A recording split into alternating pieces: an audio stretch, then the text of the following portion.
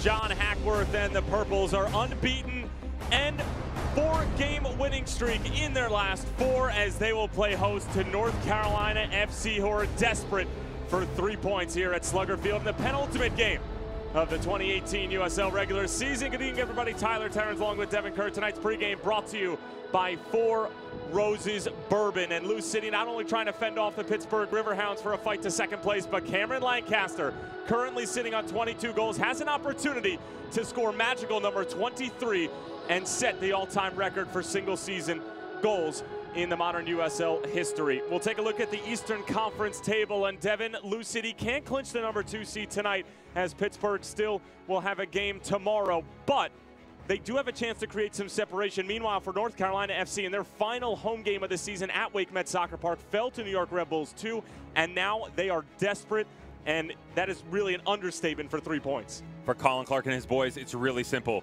Go out, get a W. If Louisville get a victory tonight, and Red Bull 2 and Nashville get a victory as well, NCFC is out. That is it. Louisville City, they need to do a better job closing out games. This shouldn't be a conversation of the number 2 seed. They should be up there with the likes of FC Cincinnati. 14 times this year, they've given up a goal after the 70th minute. 8 of those have come in games where they've been tied or leading with just the 20 minutes to go. That's 12 points they've left on the table. The reason that NCFC is still in this, though, Kyle Becker. He's been fantastic recently. 3 goals in the past 2 games, but it's much more than that.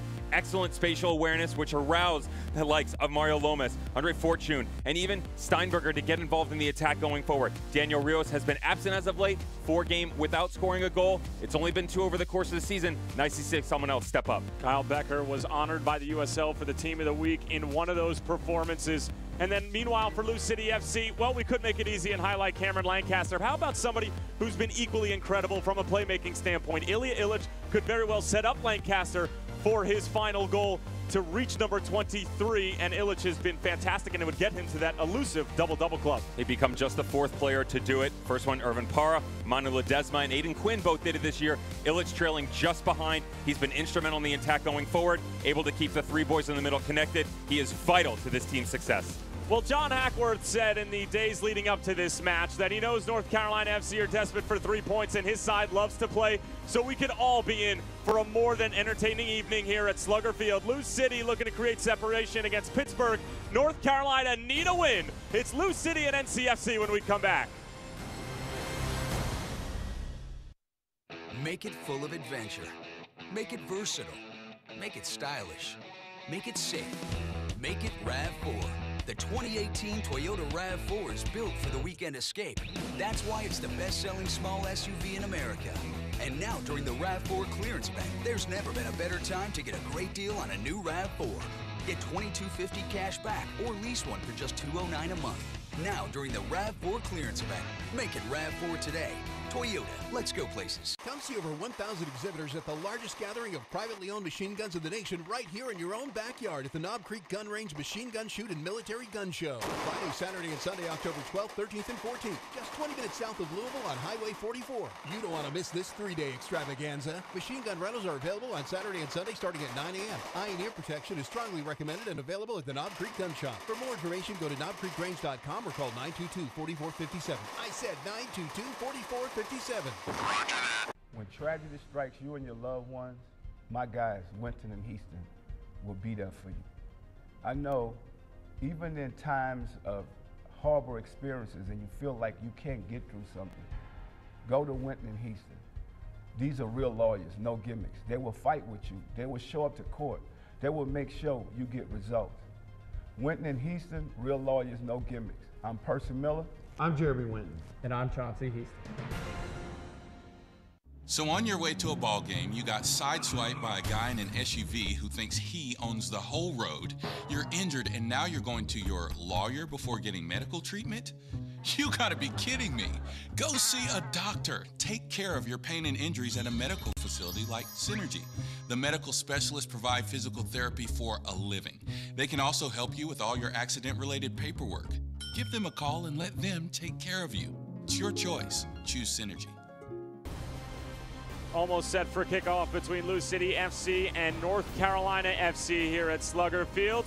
And GE Appliances welcomes you into tonight's broadcast. Tyler Terrence along with Devin Kerr, Second to last game of the regular season for both teams, as this is a makeup match from way, way, way long ago at the beginning of the 2018 campaign.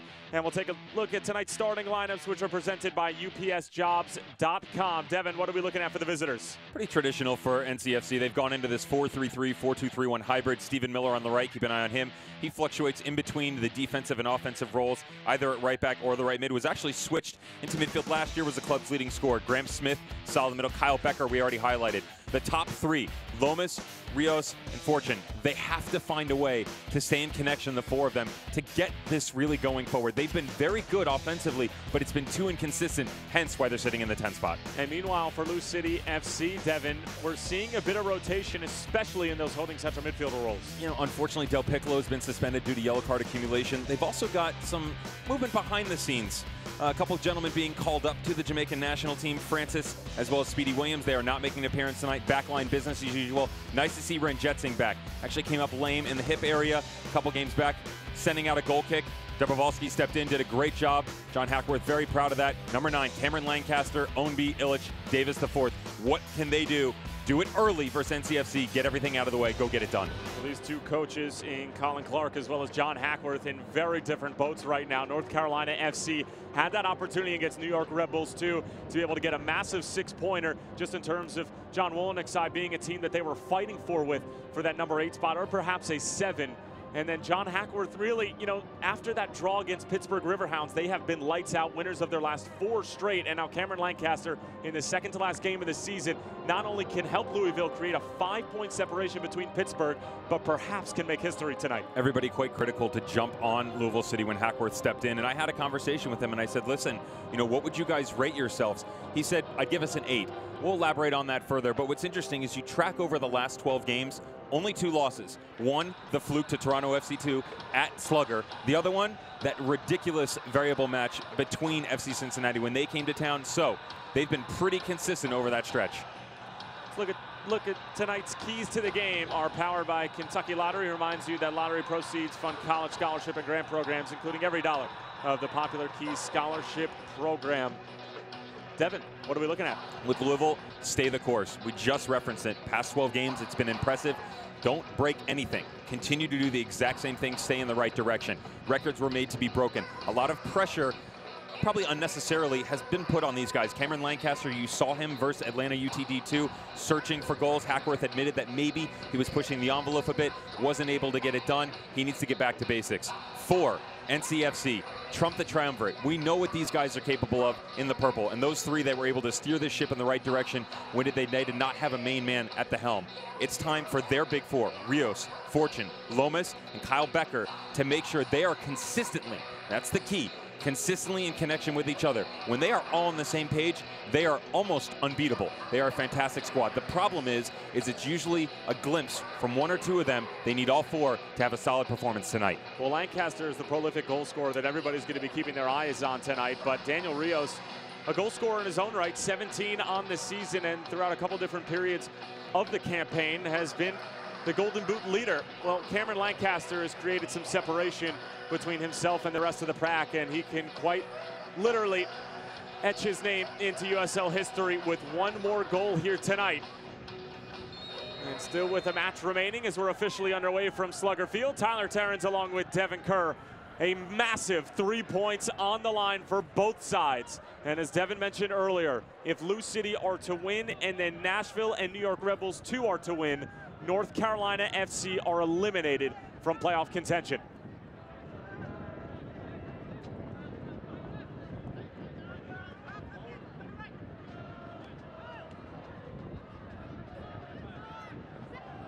Becker with the early takeaway. NCFC in their all whites. And Lou City in their purples, but with a hint of pink, of course, in honor of Breast Cancer Awareness Month in October.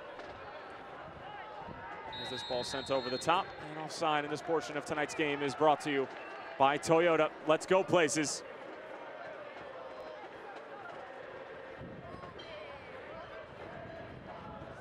And what a brutal loss it was for NCFC in their regular season finale at Wake Met Soccer Park.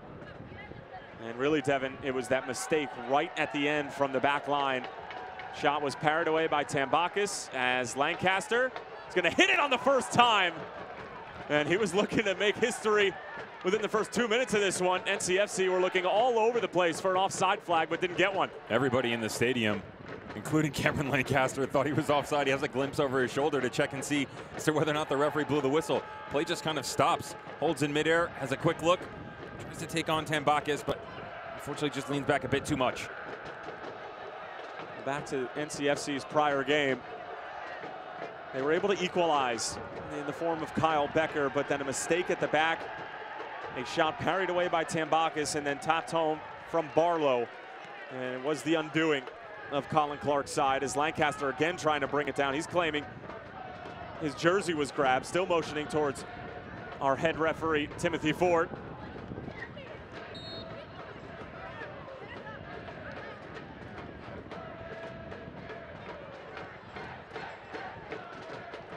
And good pressure from Ilya Illich. And goal kick coming for Alex Tambakis.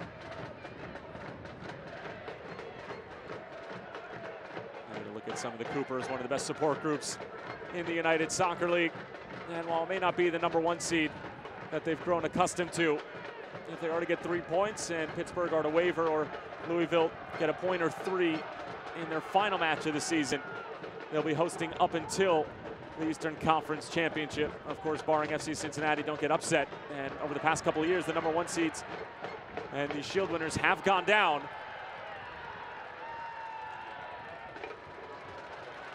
Here's Omby, drives it across. Lancaster with there, still has it. Now looking for an option, lays it off.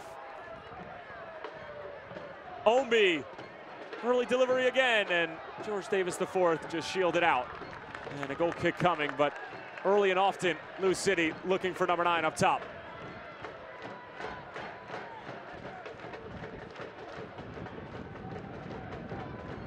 Good look at Brian Omby, who missed a large chunk of this season, and who John Hackworth has told us a number of times, Devin, makes them play just a little bit differently. You and I felt bad. It seems like every game we were jumping onto to call them. We had to see Omby doing sprints at the beginning of the match, just couldn't get himself back in the 11, dealing concussion protocol. Oh, so careful in this day and age, but he does have that massively impactful presence. Lou City having a tough time getting rid of it. Carranza gives it away. Still with NCFC. Sliding challenge. No foul from Tim Ford. And it'll be a corner.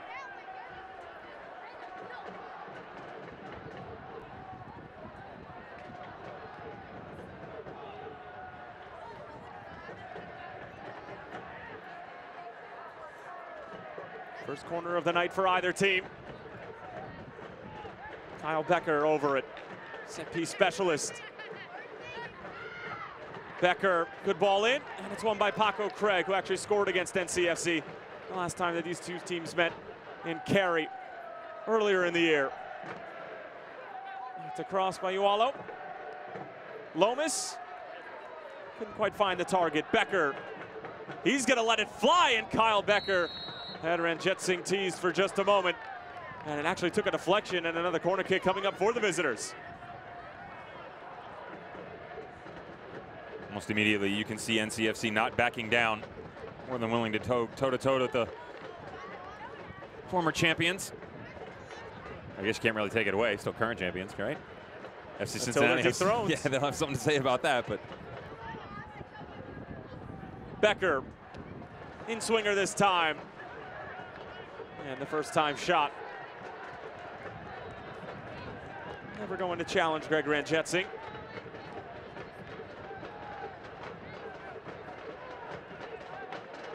Graham Smith from New Hope, Pennsylvania.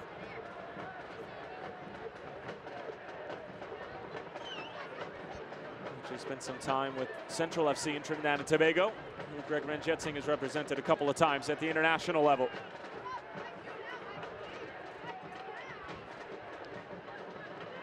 Carranza. Teenager sends it out wide. Kyle Smith. Nice couple of moves. Back for Carranza.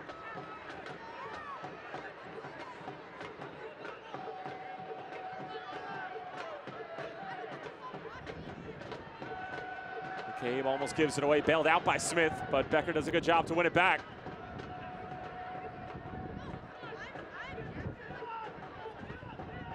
Here's Daniel Rios.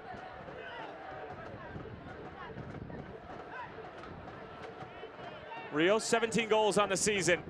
Drives it towards the back stick, knotted down, Lomas! And it's just over the bar. It was innocent looking play from NCFC, and they almost cash in.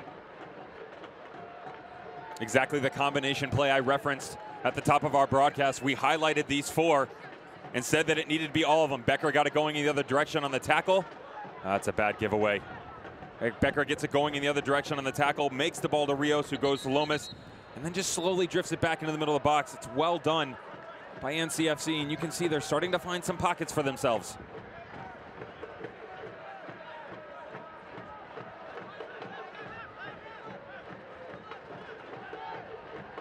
Rios trying to combine with Lomas.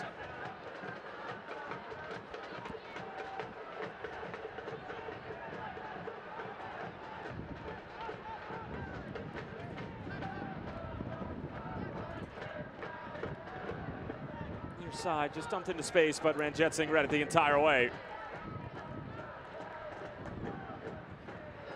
And Devin, this really could have fallen apart for Lou City FC after that horrific draw against Pittsburgh Riverhounds at Highmark. And it's almost like an oxymoron because a lot of teams in the USL would be happy to come away with a draw against Bob Lilly in Pittsburgh. But given the way that Louisville played, and they really had just put together an almost complete performance up until the 84th minute when they had that own goal given up, and then ultimately conceding the penalty in stoppage time. And now they've won their 4 last straight. And everything seems to be clicking now. And Hackworth told us when he first jumped on and when they first started to face some adversity, he said, listen, I'm not going to gain these guys' trust unless we do face some adversity. That's not saying he was hoping for a loss or hoping for any sort of bad play or bad run of form, but it really does goes to show that the trust that players and coaches have. I mean, look at Rick Johnson, Phoenix Rising FC after Patrice Carteron left. I mean, just the ability for a coach to win over the locker room and win over the players, especially coming over mid-season, it goes a long way.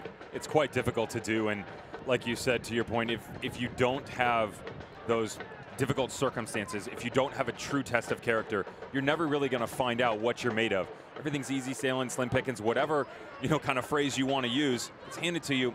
You're not going to find out how good you really are. Lou City has definitely been put to the test. You talked about the Pittsburgh game, ended up being a 2-2 tie. They actually handed them one earlier on in the season. Pittsburgh took them down 1-0.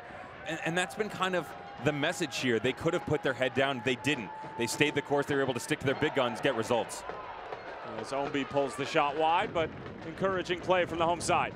And if you continue down that stretch, Hackworth said to us, and this is where we talked about them being an 8. We said he gave them an 8 over their performances so far, that they've been good, not great. They need to close games out better. They go out, they're attack-minded, they dictate the terms in the opening 45 minutes, and a lot of times you see them come out on top, or even if they get that first goal in the second half, you see them in the driver's seat, but unfortunately they put it on cruise control. They pull back the reins a bit too much and haven't really been able to close things out. They know that the teams they're going to face in the postseason will creep back into matches, and punish them for that, need to be better in that area.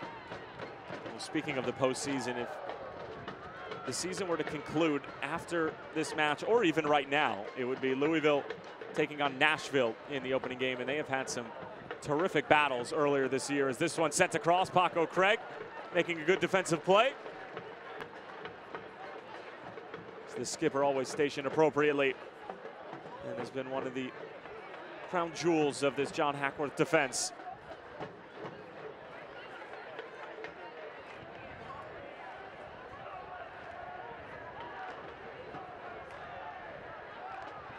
With 3 points tonight, NCFC can actually draw level with Nashville on points at 47. New York Red Bulls 2 more in action tonight, as they will be taking on Penn FC. And it's currently 1-1 at FNB. Never know what you're going to get from John Wallenick's side, do you?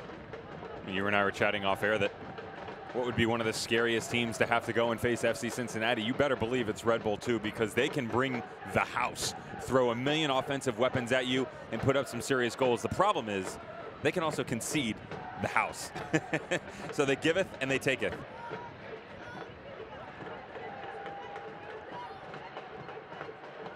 Well, they certainly are a style of play that travels.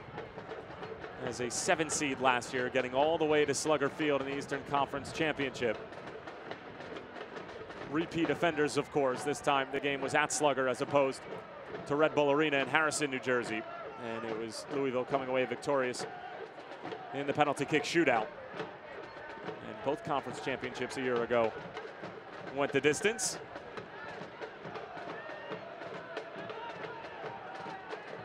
Do you see a #1 seed this season getting upset, whether it be Orange County or Phoenix over on the West Coast or FC Cincinnati on the East? In the first round or in general? In the first round. You could make the argument it's still an upset later on. In the first round, the earliest of exits. It's all going to depend who slides into the 8th seed in the East. For the West, no, I don't see it. I don't think Orange County or Phoenix Rising would go down in the first round. And FC Cincinnati, again, I really think the only squad that could slide into that 8 spot and get it done is Red Bull 2. Otherwise, if it's Nashville or someone else that squeaks in, NCFC, Ottawa, with all due respect, it's very difficult to travel to Nippert and get that done. Here's Kyle Smith, a good sliding challenge from Becker. McCabe whips it in. Wasn't a bad idea as Lancaster was just hoping it was going to get over that last defender. Ownby with some good pressure. And it just had to be cleared away by the visitors. It'll be a deep throw in for the Purples.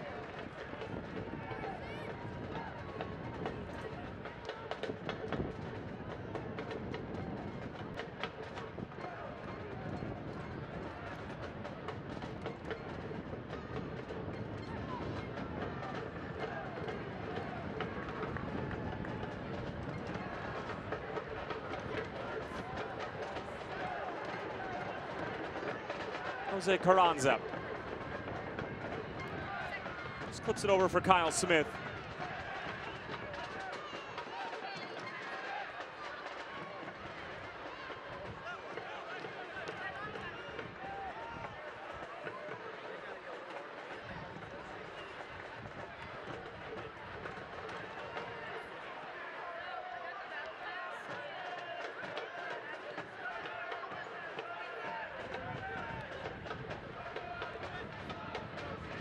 Kyle Smith keeps it low. Lancaster fanned on it.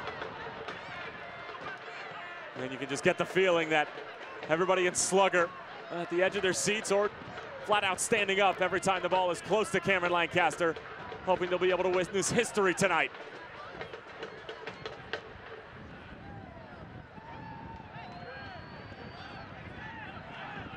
Tim Ford not interested. Lancaster checking back, looking for it at his feet as the sliding challenge comes in, and NCFC will remain possession. Referee's definitely letting the boys play. You can see some solid tackles going in, and as long as you keep it consistent on both sides of the ball, that's fine. Cameron Lancaster, on the other hand, a bit fidgety with some of his opening touches.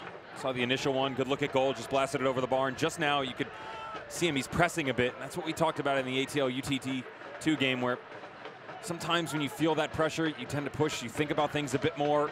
He just needs to get back to the basics, keep his mind focused, he'll be fine. Lomas on the turn, trying to find Rios, but Smith did a good job of just tucking in and covering his center backs who had stepped forward.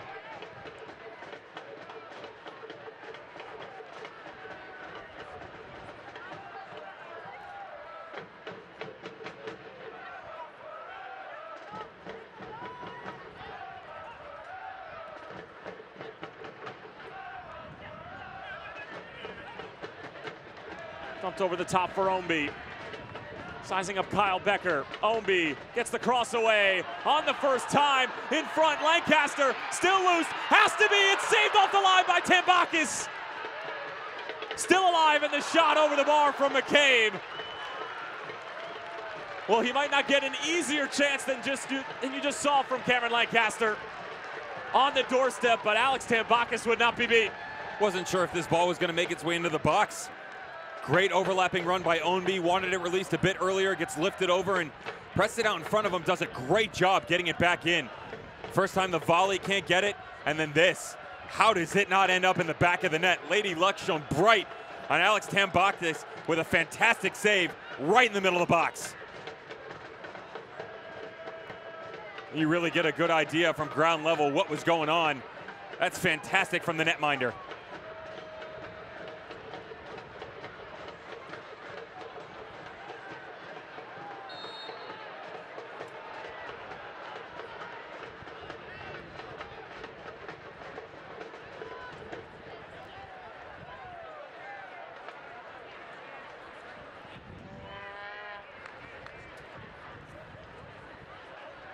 This portion of tonight's game brought to you by Republic Bank. As Lancaster was that close to scoring that ever desirable 23rd goal and officially breaking his former teammate Matt Fondy's prior record of 22, which he currently sits on.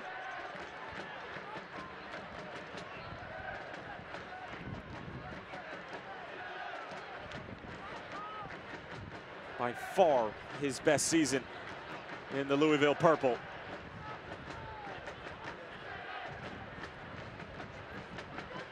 Just 8 goals to his name a year ago, but one of them, a goal that allowed Louisville City to be able to claim their first ever USL Cup. George Davis IV cuts it back. Still with it is the veteran. Smith. McCabe, and easy work for Tambakis in the end.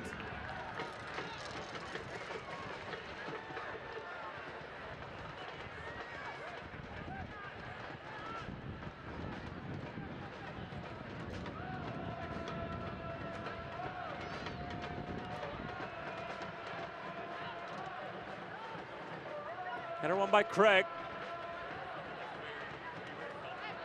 It's in for Rios.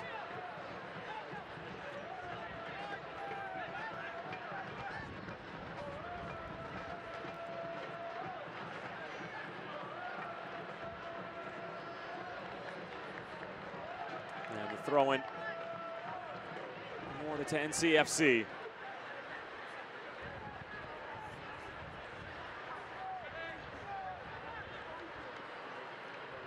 Lomas had it poked away, falls for Rios, dinks it over the top. NCFC could be in here. Paco Craig with an incredible defensive play.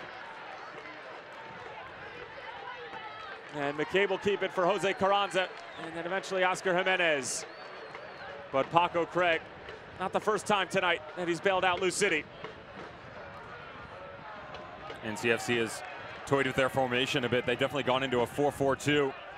Traditional from what we've seen from them in the past, but Kyle Becker alongside Graham Smith, the two of them running things in the middle. Fortune on the left, Miller still on the right, and Lomas has slid right next to Rios up top, and they've done such a good job. That's the shape-shifting unit moving back and forth both defensively and impressive on the offensive side as well.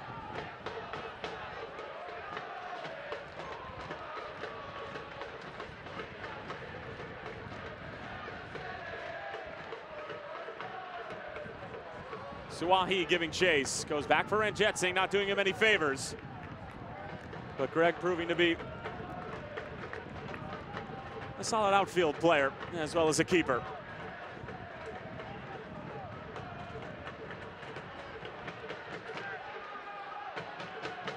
Lancaster thought he was fouled.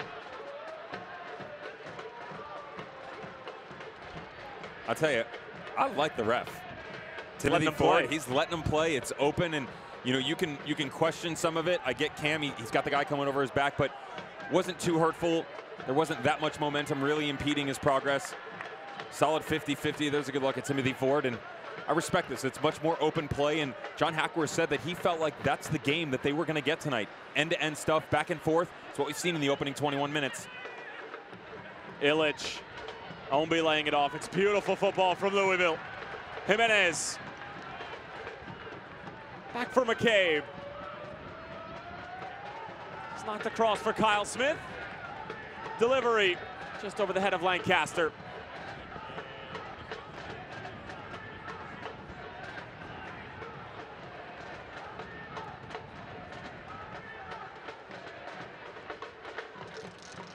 Nice little 1-2 between Jimenez and Ombi. Lancaster had it denied, and Tambakis clears it away.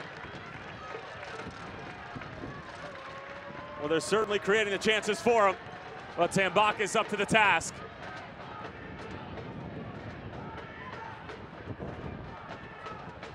Ombi. Clever to hang on to it. Encouraging Suahi forward. It's a little long for Smith. Davis the fourth now.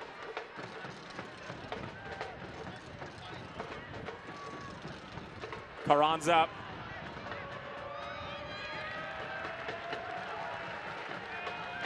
Smith wanted to go quickly. Davis the fourth was getting wrapped up off the ball.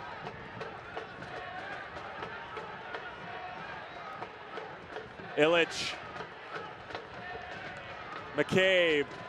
Now it's Jimenez.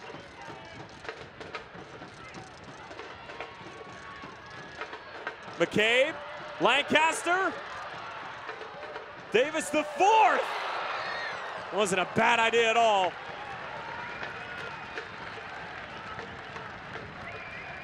Would have been very easy for Lancaster to continue this run, but it's unselfish play by the 9 up top. Takes a nice deflection out in front of him on the second one, and here, leaves it for Davis. That's some crafty play. Almost finds the far post. Well, the technique on that was sensational. Just completely opened up his body. Such a difficult thing to do. Ball's rolling across your body. You're going to then hit it with your outside of your foot, trying to go the other direction. Don't really have a lot of momentum on the ball. Lomas, he's been lively in the opening moments.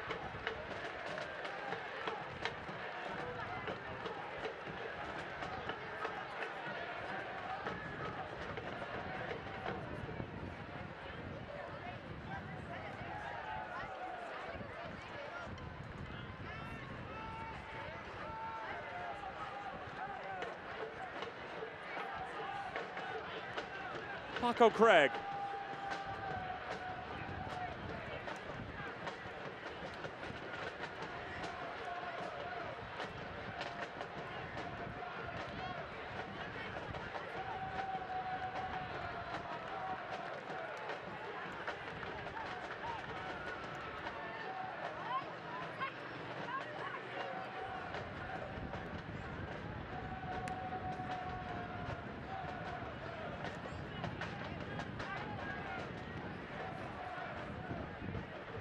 Becker lost control of it. Lancaster, the beneficiary. Cameron Lancaster leading the charge. He's going to let it fly. He has had one thing on his mind the moment the whistle is blown.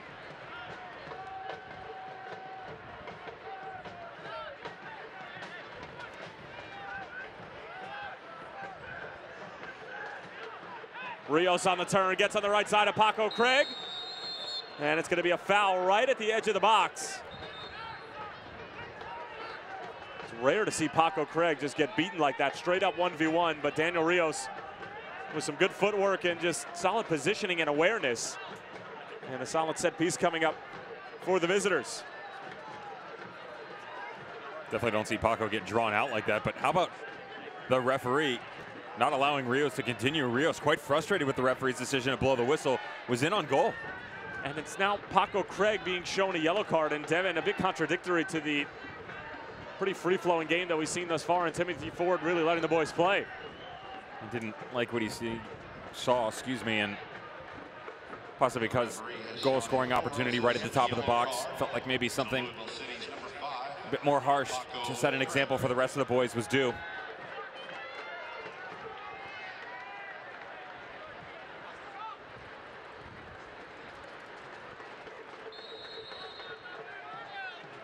Becker wants to put it on frame. Red Jetson keeps it out.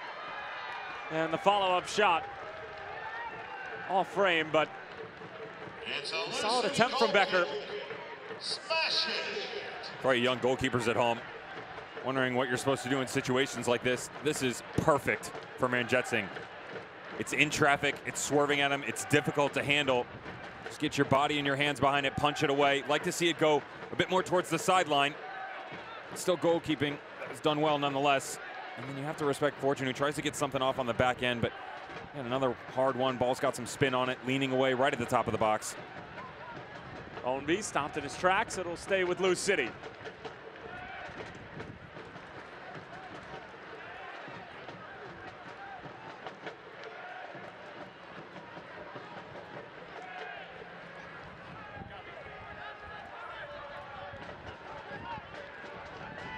Carranza.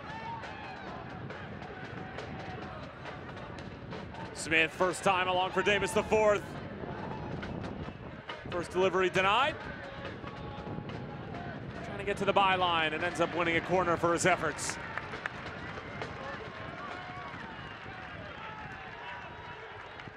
It's a Lou City corner kick presented by Corner Ball. And Niall McCabe, the first ever Lou City player to have 100 appearances, achieving that feat tonight.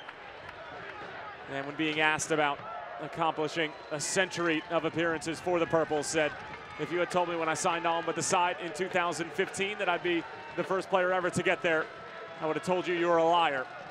As Jimenez, good delivery in, and Ombi should have done better, but Niall McCabe really hasn't been a Cameron Lancaster scoring goals left and right, a Paco Craig central part of the defense, but he has been a warrior, and he's just a guy that you can depend on for almost the entire season to just put in an honest performance. It was almost kind of shocking to hear him think about himself. Very humbling by McCabe, but when you talk to John Hackworth and ask him about it, I said, you know, you've moved him from the left back over to the right. He's played for the 10 for you. He's even dropped down playing into the central midfielding roles if need be, and he said, you know, I don't know what his best position is. He is that versatile. And when someone with the likes of John Hackworth and his experience makes a comment like that about you, it gives you an idea of what an asset he is to this club. He's proved it over the course of all these years. We have a brief stoppage as Daniel Rios getting a stern talking to from Timothy Ford. Paco Craig, who was just shown a yellow card, hoping that the main striker for the visitors will be shown a card as well, and indeed he is. More for dissent than anything. And bizarre to see Tim Ford, who really was almost invisible in the best of ways for the opening 25 minutes, now becoming very much a part of this game and issuing Paco Craig and Daniel Rios back-to-back yellow cards in about 120 seconds of time. It's confusing, isn't it? Because the fouls themselves aren't really jumping off the screen. It's not, oh my goodness, look at that tackle, and it's nothing that's really impeded the run of play that much.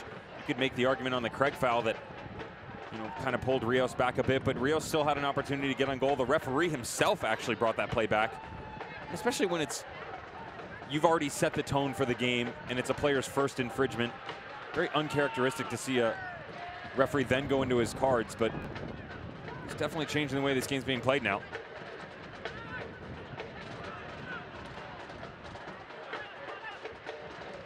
McCabe gets a touch to it, almost falls perfectly for Lomas on the other end, but it will fall for Ombi.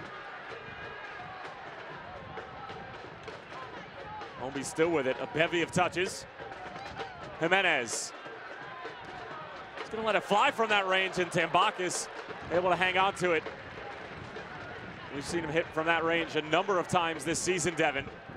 And a couple of them have almost found the back of the net. Tambakis quick on his toes. It's funny when you take a look at his metrics, he's only got one goal on the year, but this is what he's capable of. Pulling the trigger from long distance. We know what he can do from dead ball situations. If you've never seen it, jump on YouTube, it's fantastic. And he can definitely strike a ball with the best of them in this league. McCabe able to turn North Carolina over in the middle of the park. Jimenez bends it into the channel. Ombi able to get there. Brian Ombi stripped from behind. It will be a corner. Good play from DJ Taylor. And this portion of tonight's game brought to you by Sullivan University.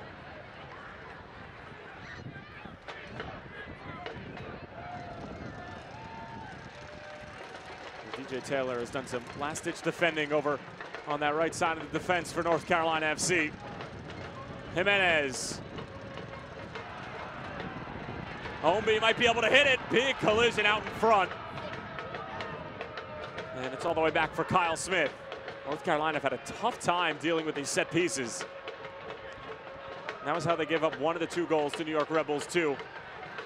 As this one scooped up by Tambakis.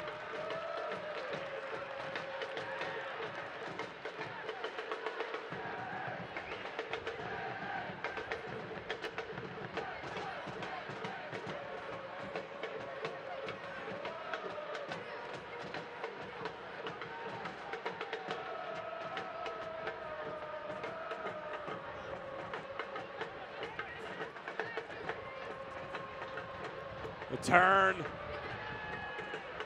Laid off for Becker. Looking towards the back post, and Rios was actually trailing and got in the way. And Greg Van Jetsing will say thank you very much.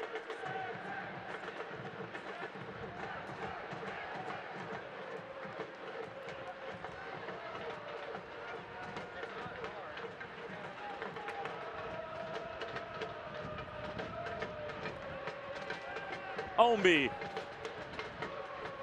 Driving towards the byline again. Brian Omby able to beat DJ Taylor, but off balance.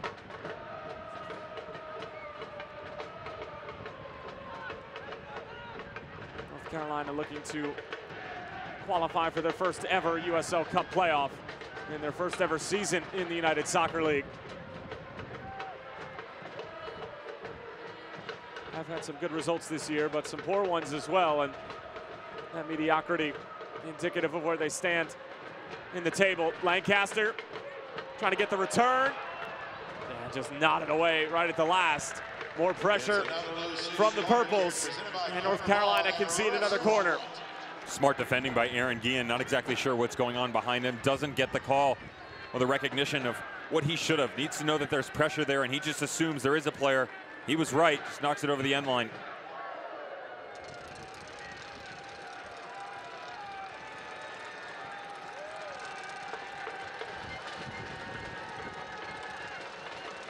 Corner kick lofted in. It's awkward in the end from NCFC, but not a pass back. That's why Tambakis was able to hang on to it. Good delivery. Sorry about that. Paco Craig should have gotten a better one off here. It's a good challenge at the top, but right at the penalty mark, gets himself an opportunity to put something on frame. Gets his head on it, but it's not enough. Impeded a bit by the defender. Look at Colin Clark in his 7th season.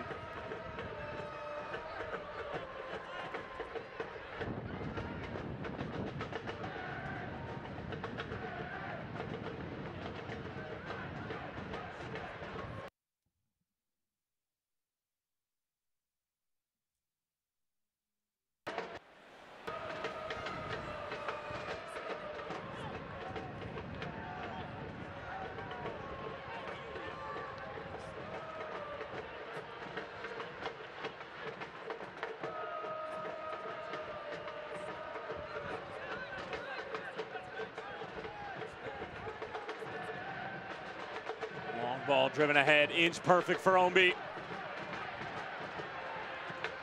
However, Omby will run out of room. It looks like Omby's running out of room on his face for any more facial hair. Is he a candidate for Fear the Beard? Its current state, no, but you can tell it's been trimmed back a bit. Well, it just looks polished. It's quality. Yeah. You give him credit. 100%. Yeah. I mean, Matt Cardone's hasn't been trimmed since 2007. That's not a beard. That's a personality. That's a statement. Yeah. It's a whole other animal. I give respect to Graham Smith and his super stash, though. That's quality. A little bit early for Movember, but it's a lot early for Movember. Usually don't participate in Movember. I have a clause in my prenup about facial hair for the future marriage. All facial hair or just mustaches? What you see right now is about as long as I'm allowed to get. For those of you at home who are not fortunate enough to take a look at the work of art that is Devin Kerr's face, it's just a bit of scruff right now. Yeah, it's 2 days. Yeah. It's not bad. It's a bit of scruff. I mean, this, that would take me 2 years for you. Yeah, I was going to say that'd take me 2 months. Deep throwing coming up for Lou City.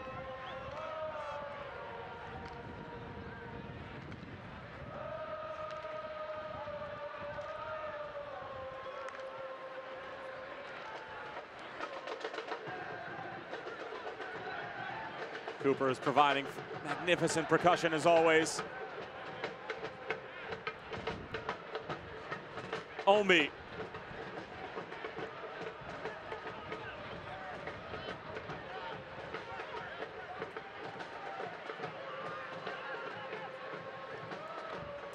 Ian knocks it up to turnover. Davis the fourth, able to win a throw-in, and the fans certainly appreciate the effort put in by the veteran.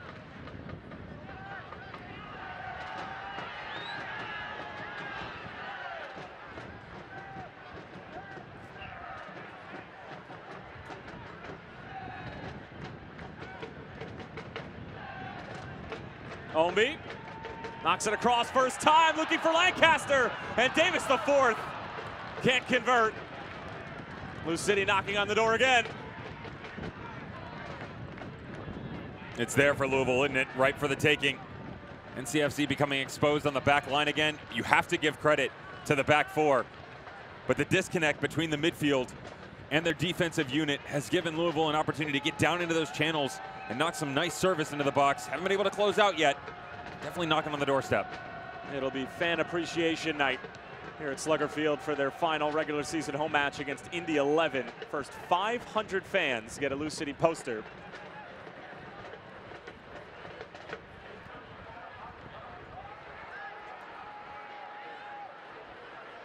Carranza desperately trying to win it back. NCFC come away with it. Jimenez gets the tackle wrong. Could be on for the visitors here, and it's in!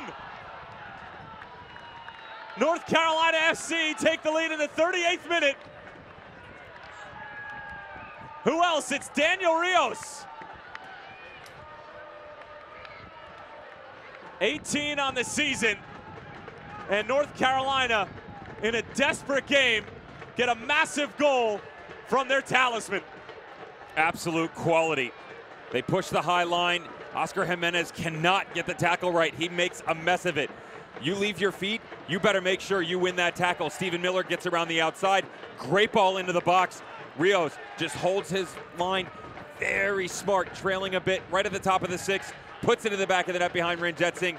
The visitors have silenced the crowd, and now they're getting back into it. North Carolina goal. Score by Well, 14. it's a goal that'll certainly give Colin Clark a reason to relax, maybe just for a moment. And those goals right before halftime, Devin. And the 18th on the season for Rios. They can be serious backbreakers, and they really change everything that you were probably going to talk about when the halftime whistle blew. And now things change a little bit for Lou City, because surrendering that number 2 seed is not something that's high on their priority list. They definitely want to make sure they are above the boys from Highmark. And for Louisville, it hasn't been bad. Hasn't been great, but it hasn't been bad. You've seen some half chances down to the channel. Here's Smith trying to respond. I'm sure that was pretty close to what you were talking about, just sort of hopeful balls into the penalty area. Yeah, it's become a bit predictable, to be honest. And, you know, the lack of dynamics out of the three in the middle. You know, whether it's McCabe not used to being alongside Carranza and under Illy, he's had trouble with those three trying to get a space movement going forward. We've seen balls get down into Ownby and into Davis, and it's basically overlapping run, ball into the channel, serve it into the box. When they've been at their best and the most successful, two things happen. Number one, you get guys getting on the secondary balls, spraying outside of the top of the box, so credit to NCFC for not giving that up. But number two, you see Illich, you see Ownby McCabe, you see Del Piccolo, unfortunately not in tonight, but the guys in the midfield coming, searching for that ball. They're hungry, and they want to be involved in the run of play. Really haven't seen it from the center midfielders.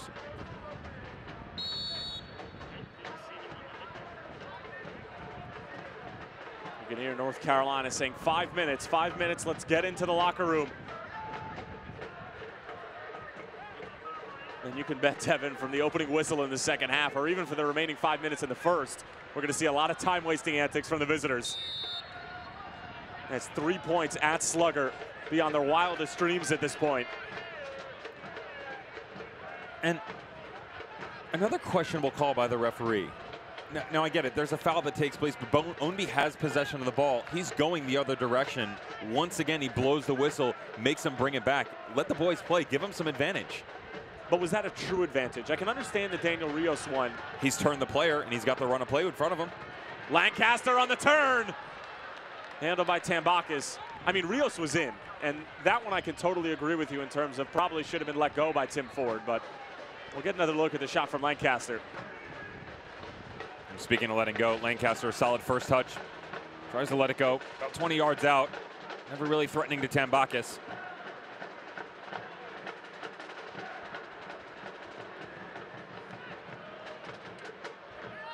Lomas trying to find Steve Miller, who assisted the Daniel Rios goal.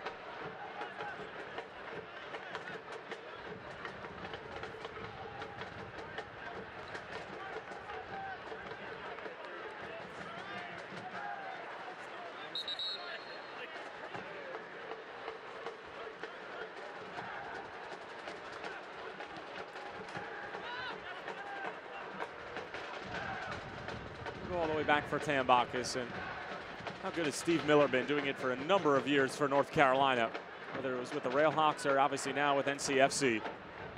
And coming out of Colgate University, no less. Very small school in Hamilton, New York, part of the Patriot League. And what was one of the last conferences in the United States in Division I to not be giving out full athletic scholarships.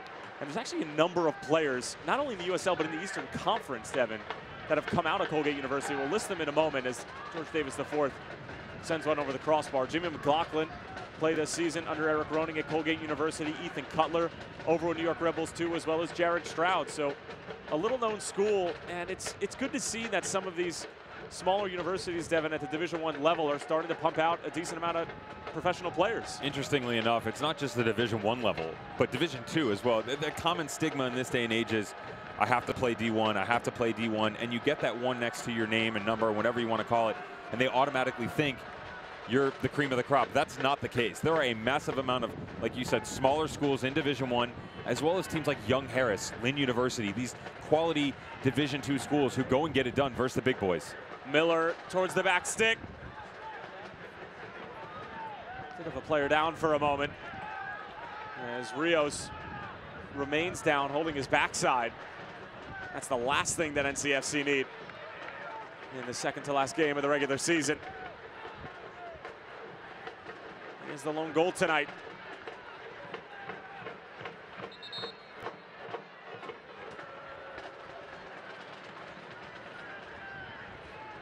'23-year-old from Mexico City. It's been terrific for Colin Clark this season.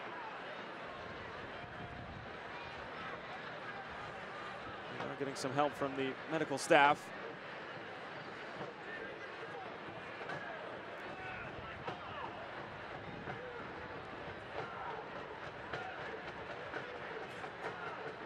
It'd spell doom for Colin, wouldn't it? This is the last thing you want to see. Get your big boy up top going. There's that nice goal in the 38th minute, and it's been quality between he and Lomas. Obviously, great ball in by Stephen Miller. Their attack's been a bit unbalanced, though. The left side struggling. A lot more overlapping runs between Miller and DJ Taylor, getting Miller involved going forward. Stark contrast compared to what's going on the left side of the field. Trey Fortune and Aaron Guillen. Aaron Guillen's been great defensively, but hasn't really allowed Fortune to explode going forward.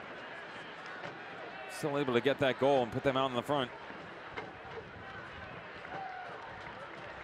As Rios able to get to his feet underneath his own power, which is obviously a good sign. Devin, if you're Colin Clark and you're able to get to halftime up 1-0, does your game plan change drastically heading into the second half? Absolutely, 100% it does. Not often you see a team come into Slugger and forget win, but even go and get a goal. You know, Hackworth always talks about keeping the clean sheet back there. Haven't been able to do it the past 2 games, regardless of where they were playing, and that's definitely something they're working on in practice. To go out and get that early goal, that's great. And now you've got to figure out a way to carry that momentum. The game's been a bit touchy over the past 10 minutes or so, and they've allowed too many opportunities. Again, it's been predictable, but too many opportunities by Louisville down into the channels. You really need to watch your composition defensively. Make sure you lock that up. Louisville will take full advantage of it in the second half. Delivery handled by Guillen. And stoppage time is going to be 2 minutes, and stoppage time brought to you by Sullivan University.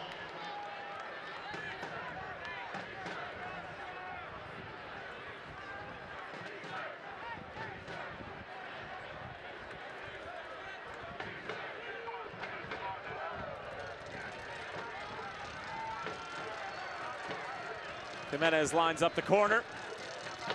Blue City looking for an equalizer before the halftime whistle.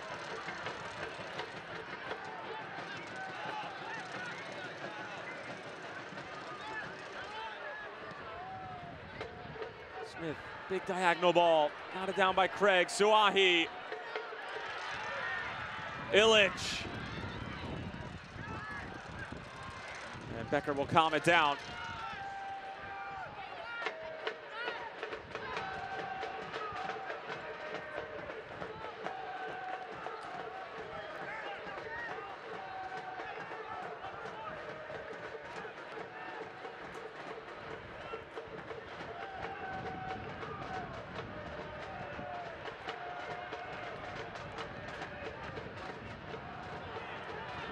The fall for McCabe. He's looking for Omby, stationed out wide on that left flank. That should bring the first half to a close.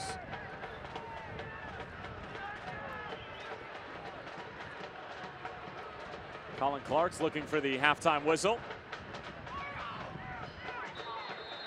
And there you have it, North Carolina FC with a 1-0 lead at the half at Slugger Field. Daniel Rios with the lone tally by way of some spectacular wing play by Steve Miller. Devin Kerr, your thoughts? Hackworth's not going to be happy with what they've been doing going forward. Again, too predictable. Need to be a bit more dynamic once they do get in the offensive third. NCFC, you have to give them credit. Good job, go out, get the goal. Now you need to find a way to solidify this and go get 3 points. Well, Cameron Lancaster will have to wait another half to try to find magical number 23. And if he is able to find it, it'll be the big equalizer and perhaps a big point for Lou City FC, but they trail Colin Clark's side 1-0 right now here at Slugger Field. Daniel Rios with the lone goal right before the halftime whistle. We're headed to the Chevy halftime show. Don't go anywhere.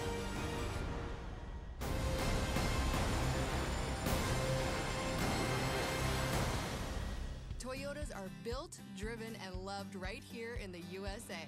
Toyota, researched and developed here. Toyota, built here. Driven here. Driven here. Loved here. Loved here. Built here. Loved here. Right now, get $1,750 cash back on a built in the USA 2018 Highlander. Built, driven, loved right here. Toyota, let's go places. Jeffrey's Auto, home of the $5,000 car. For a price that's really low, Jeffrey's is the place to go. This is where a car will cost you less. Here the warranty is free, and financing's guaranteed. When other folks say no, we say yes. Scottsburg, Indiana, that's where we are. Jeffrey's Auto, home of the $5,000 car. Come see over 1,000 exhibitors at the largest gathering of privately owned machine guns in the nation right here in your own backyard at the Knob Creek Gun Range Machine Gun Shoot and Military Gun Show. Friday, Saturday, and Sunday, October 12th, 13th, and 14th. Just 20 minutes south of Louisville on Highway 44. You don't want to miss this 3-day extravaganza. Machine gun rentals are available on Saturday and Sunday starting at 9 a.m. Eye and ear protection is strongly recommended and available at the Knob Creek Gun Shop. For more information, go to knobcreekrange.com or call 922-4457. I said 922-4457. So you're all set with your introductory TV deal. Here's your remote. Great. One more thing. If you want to actually watch TV, swipe. If you want to watch local channels, swipe. And your bill's going to go through the roof. Let me guess. Swipe. Actually, it's swipe, swipe, swipe. Is there anything that comes included with my offer? Batteries. For the remote. Get the Dish 2-year TV price guarantee for $49.99. Same price every month for 2 years. Add the new Hopper 3 Smart DVR for $10 a month more. Welcome into tonight's halftime report presented by your Kentucky Drive Chevy dealer. Find new roads. Lou City FC trailing North Carolina FC 1-0 at home, no less. Daniel Rios with the lone goal in this one, his 18th of the season, and it comes in the 38th minute by way of Steve Miller. As we have had a dandy so far here in Kentucky. As Fan Appreciation Night again, folks, will be next Saturday. Or this Saturday, excuse me, coming up, midweek fixture, as he'll be taking on Indy 11, and the first 500 fans will get a free Lou City poster. But for now, we're going to toss it over to a nice little feature from the USL. But first, a look at the Eastern Conference bracket as it stands entering today. Obviously, if the result holds, Devin, it changes a lot of things up, including who the number 7 seed would be. But Entering today, FC Cincinnati would be playing host to New York Red Bulls 2. Not an easy game by any stretch of the imagination. Charleston and Indy 11, that is set no matter what. That is going to be the 4-5 matchup. Lou City and Nashville, there's a possibility that could change depending on how Pittsburgh and Lou City finish out their last 2 games. And then Pittsburgh and Bethlehem could be a Keystone battle. Not an official Keystone State rivalry, but a Keystone battle. It's interesting how things are playing out right in front of our eyes, minute to minute. We're keeping an eye on each and every game. Red Bull 2 currently tied in 1-1, and you mentioned it. If they win right now, NCFC jumps into the 7th spot, not the number 8, due to tiebreaker rules, and wins 4. So good showing by NCFC in the first half, but they're going to have to do something special in the second if they think they're going to keep the Purple People Eaters from the back of the net. Well, right now it's NCFC in the 7th spot, and they would be taking on Lou City at Slugger Field, but still 45 minutes ahead of us, and I'm sure John Hackworth is letting his team have it for their performance in the first half, albeit it wasn't the worst in the world, but obviously wasn't their best either, as we will take a look at the USL rebrand that went down just a couple weeks ago. Hope you enjoy. Presented by Kentucky and Toyota dealer.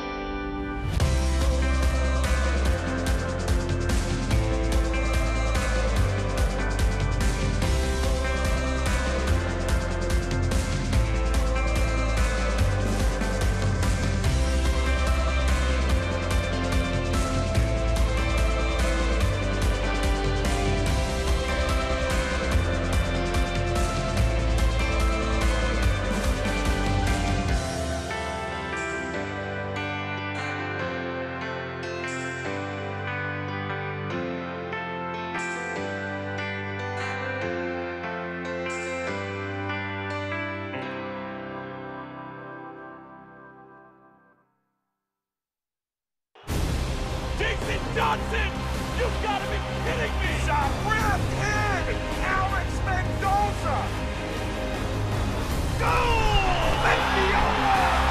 Sunday the other way! Oh, what a goal! And what a world-class goal that is from Didier Drogba! Pure brilliance from Ricardo Pereira. Krasinski is diving stop. Must-see TV. Devin Kerr will be on the call for the final USL game of the week on ESPN3, as it'll be Didier Drogba and Phoenix Rising FC traveling to Sin City, where they're able to take down Isidro Sanchez's side earlier in the year by a score of 2-0 just a few weeks ago. And a more simple look at the USL rebranding, if the video already wasn't good enough and explain it well enough, as our friends over at United Soccer League did an incredible job of putting that together. But USL will now be known as the USL Championship. League One, which was going to be Division 3, as that was always going to be coming into play. It's just going to have a new name now, League One. And then the biggest part, Devin, is the acquirement of the PDL, and now it's going to be known as League 2. 70% of MLS draftees have played in the PDL, but also a whole host of USL players have also played there. I mean, whether it was they were playing in college or they were just starting out, a lot of players have been in that specific section of the soccer pyramid in the United States. It's a quality tiered area to see each and every player progress through the pro rankings, and don't be surprised if you see more ownership, affiliations, relationships, what have you, between the three leagues, getting involved on a regular basis, kind of pushing players along the ranks. Well, some news and notes from around the league as well. We mentioned the Game of the Week finale. Mike Watts, Devin Kerr will have the call on E3. Playoffs, and more playoffs, as 6 will play for the final 4 spots in the Eastern Conference. That's currently going on right now. New York Rebels 2 with a 2-1 lead over Penn FC. And a look at the team of the week from the most recent week in the United Soccer League as well. A couple of familiar faces. Ilya Ilic up there along with Eamon Zayed. And Romario Williams, of all people. He was certainly up there a number of times for the Charleston Battery a season ago. How about Lance Lang and the San Antonio FC? Saucedo had an incredible match as well. Forrest Lasso and Joe Greenspan, they very well could be duking it out for Defensive Player of the Year, no? Quality for sure. Bersano's been fantastic as well. Had some decent showings when Marcinkowski was not in goal. Eamon Zayed, quality for the Charlotte Independents. Unfortunately, it wasn't quantity in that area because the Charlotte Independents are going to have to wait till next year till they have the say in the playoff run. Lance Lang, absolutely in love with what he has done for San Antonio Football Club and Darren Powell since he's been loaned over by FC Cincinnati. And now for scores from around the league with our Commonwealth Credit Union Roundup. New York Rebels 2, 2-1 lead over Penn FC, which does not bode well for NCFC. But they do have 3 points in their back pocket at the moment. Nashville and Toronto FC 2, that'll be later on at 8:30. ATUTD2 as Pittsburgh Riverhounds will kick off tomorrow at 7 o'clock, and then the Charleston Battery will go up to Ottawa. But not much that Charleston can do in terms of their playoff position, as we're going to step aside one more time. But when we come back, first half highlights, stats, and of course, the resumption of this massive Eastern Conference fixture. We demand a lot from our trucks. We work, play, and practically live in them. Now, it's Toyota Truck Month, and Toyota has a great truck that's a perfect fit for you. Like the legendary off-road 4Runner with active traction control. During Truck Month, get $1,000 cash back on a brand new 4Runner. Or get $2,500 cash back on a rugged, full-size, built-in-the-USA Tundra. Toyota Truck Month. Find your perfect fit. Toyota. Let's go places. Welcome to Riverport Grub and Pub. The secret is out on Louisville's best pub food, Riverport Grub and Pub. We have juicy burgers and golden fried onion rings. Try our cheesy chicken Philly. How about our famous chicken wings and your choice of sauce? We have killer nachos and real Italian pizza. Free pool Mondays, live music on Fridays, play darts and games any day. If you're looking for great food in a family-friendly atmosphere, we'll see you soon. At the Riverport Grub and Pub. Hurt in a car? Call Sam Aguiar.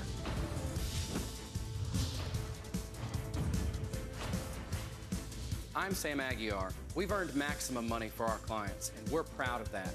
We take our cases seriously, and we don't stop until we help get our clients everything possible. We don't let the insurance companies call the shots. We call the shots. Hurt in a car? Call Sam Aguiar. 888-8888. Come see over 1,000 exhibitors at the largest gathering of privately owned machine guns in the nation right here in your own backyard at the Knob Creek Gun Range Machine Gun Shoot and Military Gun Show. Friday, Saturday, and Sunday, October 12th, 13th, and 14th. Just 20 minutes south of Louisville on Highway 44. You don't want to miss this 3-day extravaganza. Machine gun rentals are available on Saturday and Sunday starting at 9 a.m. Eye and ear protection is strongly recommended and available at the Knob Creek Gun Shop. For more information, go to knobcreekrange.com or call 922-4457. I said 922-4457. Almost ready for second half kickoff and moving right through our Kentucky Drive Chevy Dealers halftime shows. We'll take a look at how the first half went down. Tyler Terrens along with Devin Kerr. So glad that you can join us on this Tuesday night here in Lexington, Kentucky. And in the early moments, Cameron Lancaster thought he had 23, but Alex Tambakis would not be on the wrong side of history. Just been unfortunate in the final third, really lacking that execution. Good ball across, and that doesn't actually come off. His striking foot comes off the plant foot from Ilic. And then Lancaster right on the doorstep. Have to pay credit where it's due. Tambakis, fantastic save. That was kind of what we saw over the course of the opening 45 minutes. These half chances here and there. That one was a fantastic chance. Another one would drop to George Davis. Trying to get creative, going to the far post. Just unfortunately unfortunately couldn't put enough swerve on it, not enough power to get behind the ball. It's smart, just not effective. Another look at it, as you can see, George Davis IV really just opening up his body and almost was able to pull it off. Then it would be Brian Obi trying to find Davis IV at the back post. And again, another missed opportunity from the veteran, but Brian Obi, his presence was felt in the first half. It's one of those ones where, Tobin really challenging Lancaster. Lancaster doesn't have enough rise on himself, and this is where Louisville City got themselves in trouble. You have the missed tackle there, and then Jimenez on the second effort by Stephen Miller. Credit to the outside man who just did a good job, saw the thought process through, got to the byline. Rios did exactly what he was supposed to do. He waited, dashes back to the 6. Excellent look right here. Wait, drops right in, and that, unfortunately, is where Kyle Smith gets himself in a bit of trouble. You can't really fault Lexi Swahi for stepping there, but if he goes as a defender, you then have to get goal side. Smith doesn't do it. Rios finds the back of the net. Well, the coolest part about all of that was probably every single North Carolina player rushed over to Miller, not to Rios, because the finish I could have probably finished off, but I mean, it was the play. You easy over there. Well, look at the numbers from the first 45 minutes, and Louisville dominating a possession. I think we all could have expected that, but really when it comes down to it, it's North Carolina just being more efficient. It goes back to what you and I have referenced so many broadcasts before. Be purposeful with it. 65-35 doesn't mean anything, especially when you put 271 passes together, only 150 for North Carolina. They're over doubling them in almost every single category except the one that matters, goals. Goals win games, my friend. NCFC was effective in the final third. Louisville City was not. I'm sure Hackworth had something to say about that at halftime. Well, their 4-game winning streak is certainly in jeopardy, and with the Pittsburgh Riverhounds going to be in action a little later this week as well as on the weekend, Lou City do have themselves a problem in terms of the number 2 seed, and that problem was created by Daniel Rios, his 18th goal of the season. And if you're North Carolina, Devin, this really couldn't be going any better. You were able to keep a clean sheet in the first half. You're able to get your goal. Now it's a matter of fending off the champions, which is a difficult task in itself. You've got to find a way to make sure that you're not giving up those half chances that we talked about in the opening 45 minutes. Fortune was tucked inside very heavily, and Guillen was kind of isolated. Now, he did a good job defensively. We made that reference before, but it's too often for Louisville City to get in there. And then on the other side of things, you take a look at Louisville, and they're just not as dynamic as they've been in the final third. Well, here's VisionWorks, what to look for as we head into the second half of play. For Lou City, it's become a little bit predictable, and then for North Carolina, I think it's pretty self-explanatory. Exactly what we were just talking about. NCFC, defense, defense, defense. That defensive shape has to stay composed. You cannot allow those balls down into the channel. That is bread and butter for Louisville, but the reason Louisville's been so effective and they've had these record-breaking seasons is because of their creativity in the final third. They step outside of the box. It's not just that traditional ball down in the channel, ball back into the box that we've seen in the opening 45 minutes. The best example that I've heard over this beautiful game is Pep Guardiola, manager for Manchester City. Thierry Henry was talking about his thought process, and he would say, as a manager, all I can do is bring you into the final third. You're an artist. Once you get in there, it's your job to go explore the depths of what you're capable of. We have not seen that from Louisville City so far. Well, John Hackworth will be hoping that his side can be Rembrandt with a through ball, or perhaps Picasso with a curler. But right now, currently trailing NCFC 1-0. And John Hackworth said it in the days leading up to the match that he knew that this is going to be an entertaining night, and I have a feeling that there's a few more goals in store from either team.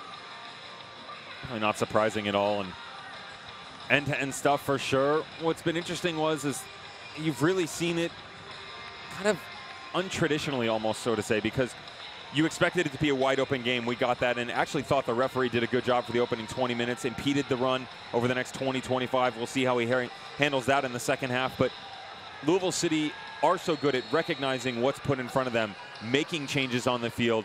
Hackworth has told that. He said that, a lot of times the guys will recognize a threat coming their direction. They can make that shift and change on their own. We didn't see that in the opening 45, and NCFC was able to capitalize on the offensive end. Well, we're officially underway in the second half. Tyler Terrens along with Devin Kerr. Glad to have you with us from wherever you may be watching. And NCFC 45 minutes away from what would be a gargantuan 3 points in the Eastern Conference playoff race, albeit the team who they just dropped all 3 points against at home to, New York Rebels 2, currently lead Penn FC 2-1 over in the Keystone State. As this portion of tonight's broadcast is Brought to you by Plainview Apartments, official housing provider of Lou City. And a win from New York Rebels, too. Doesn't exactly put NCFC out of the race, but it doesn't do them any favors. As John Wolnick's side with a win would jump to 49 points, would actually leapfrog both Nashville and Bethlehem. In addition to drawing level with Indy 11. Ownby.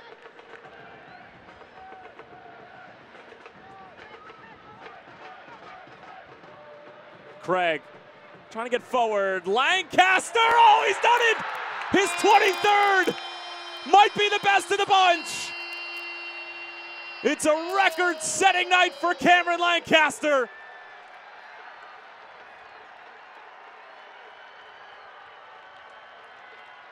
Matt Fondy, step aside. There's a new goal-scoring sheriff in the United Soccer League.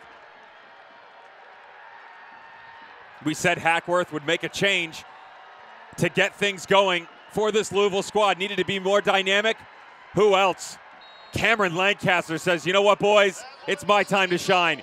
I've carried us all season long in a lot of different areas. How about one more? Cam goes for the curler. Kudos to Cameron Lancaster on that record-setting goal. That goal is presented by Kentucky Lottery, fueling imagination, funding education, Kentucky Lottery. And Cameron Lancaster has just hit the goal-scoring jackpot. What a way to do it. Well, a goal on the doorstep after a loose ball in front. Just not fitting for a goal scorer of Cameron Lancaster's caliber. The purple smoke is out. The Coopers are feeling it. And I'm sure John Hackworth very happy with the start to the second half. And his talisman, who has been on point the entire season, providing another incredible moment and etching himself not only into Louisville City record books, but into the league record books as well.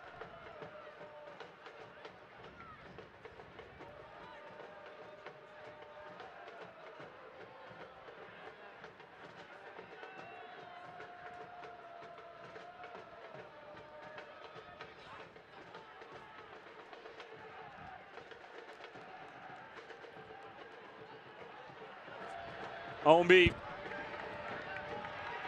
Options arriving in the area. Brought down Speedy Williams, who came on as a substitute for Carranza.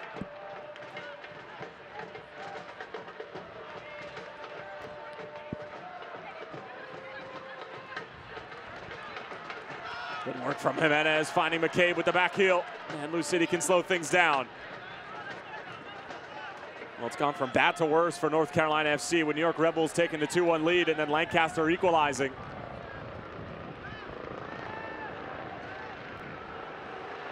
Williams keeping the train moving. George Davis the fourth, held by Tambakis.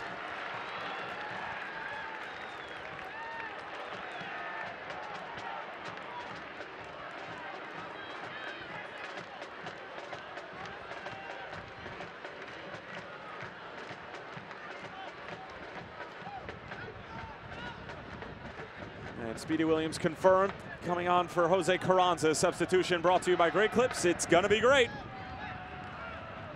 A bit surprised that Hackworth went to Speedy Williams because of his international call-up, but, you know, just, again, lacking in the middle of the park. Obviously seeing something that he didn't like. We referenced the inability, we'll say, of the two boys in the middle to really link everybody else up. It was very difficult for them to get going in the opening 45 minutes, and it became too predictable. That hasn't been the case here at the start of the second half. It's a Lou City goal kick. Smash it. Well, the fans came here tonight to see their side create a little bit more separation between themselves and Pittsburgh, as well as to witness history. You can check one off the list. This one knotted along. Lancaster will give chase.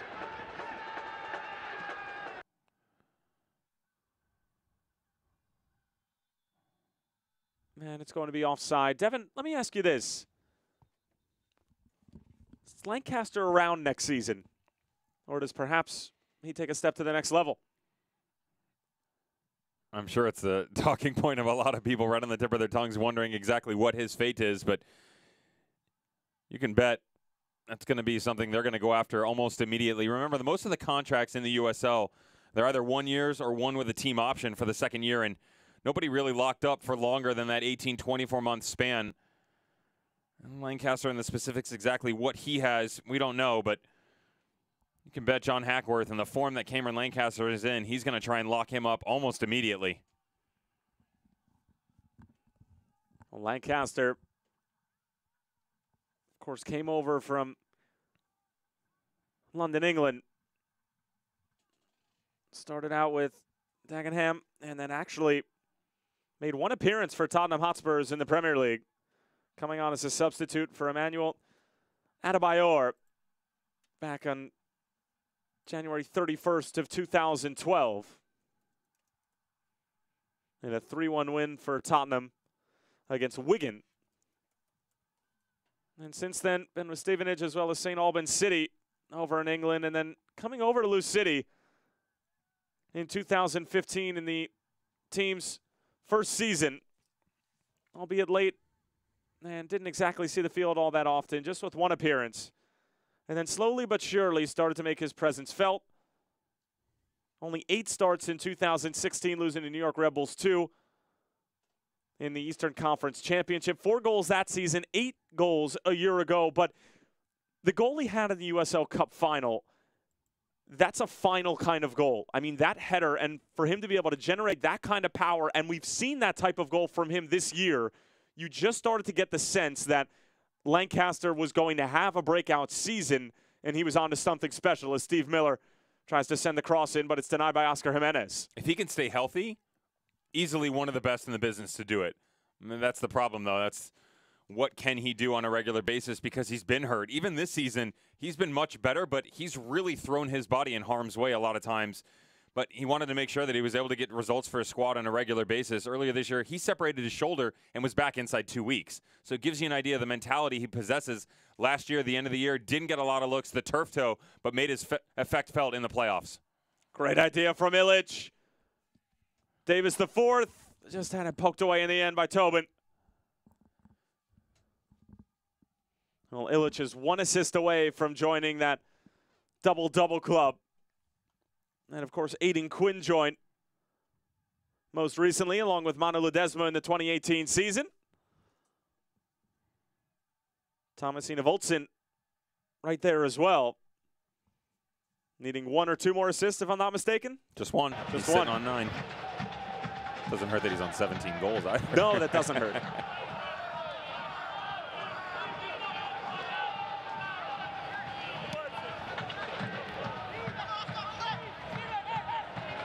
With Ina Voltson's recent performances on 19 goals, 4 behind Cameron Lancaster. There you go.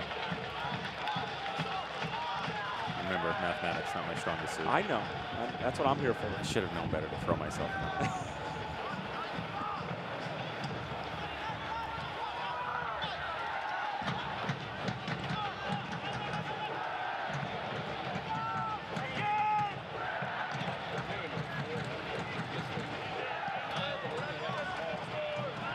Omby, terrific first touch. Omby knocks it across. It's Tobin who got there in the end again.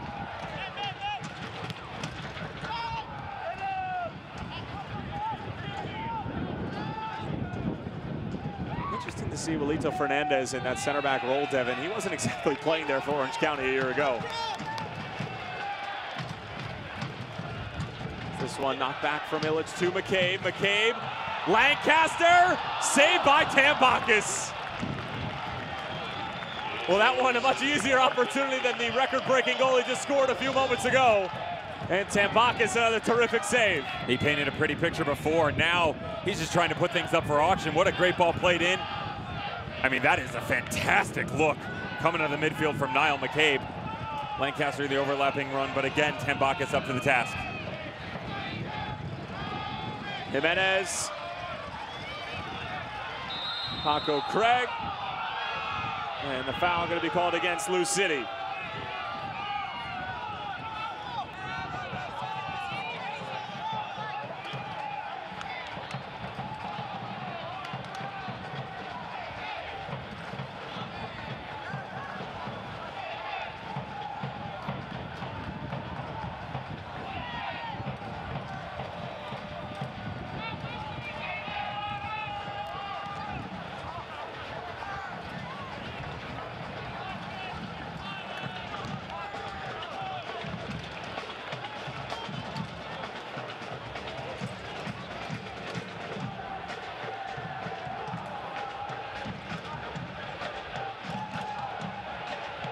New York Red Bulls 2 just scored their insurance goal, 3-1 over Penn FC is looking like going to be the final score.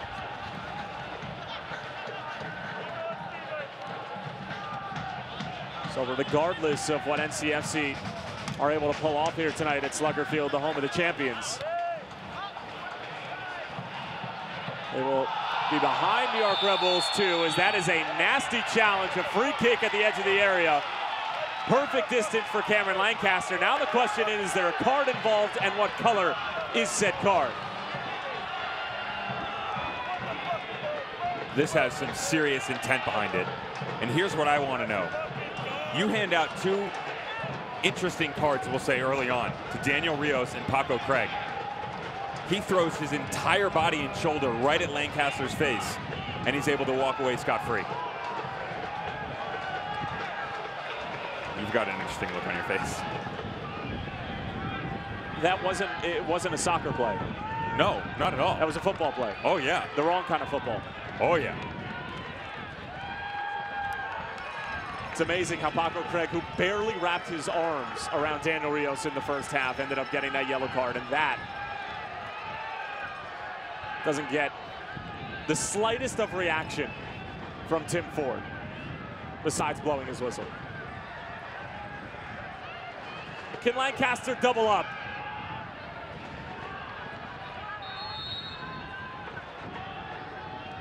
Lancaster, not his best.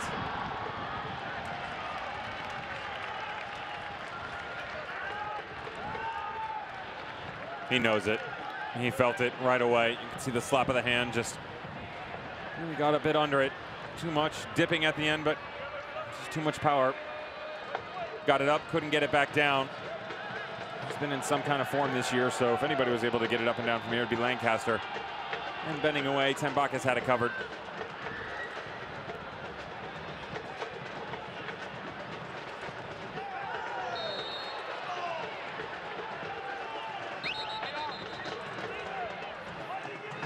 And it looks like we're going to have a substitution for Colin Clark. And it's going to be Zach Steinberger, their late season requirement, coming on and replacing Lomas. Lomas was good in the first half, Devin, but really seemed to fizzle out in the second half, basically right after Cameron Lancaster scored his goal. The substitution brought to you by Great Clips. Quality turned quiet. Steinberger actually quite surprised that he didn't make the 11, to be honest. He's been a feature for them since coming over from Indy 11, just fell out of favor. As Lancaster almost able to find a second. Great hustle on the far side from George Davis, the fourth, to keep it in play. Smith.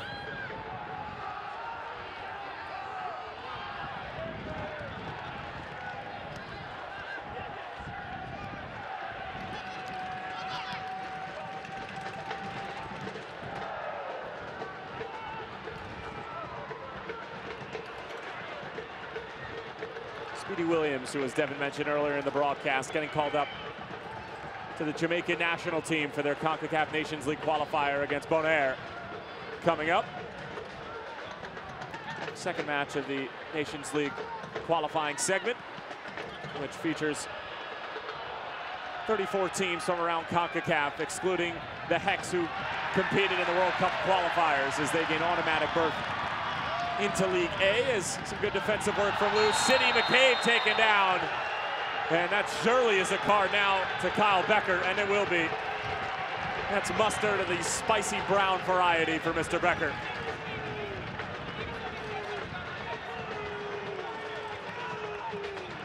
The referee has shown a 4 roses yellow card to North Carolina. Hackworth telling us how versatile now McCabe is. You're going to get a real good look. Great defensive work by Jimenez. And they're just trying to play out of the back. Does a good job. One touch right around him. Whoop, forgot something, buddy. Becker comes in, studs up really late. This portion of tonight's game brought to you by Louisville Tequila, official tequila of Lou City.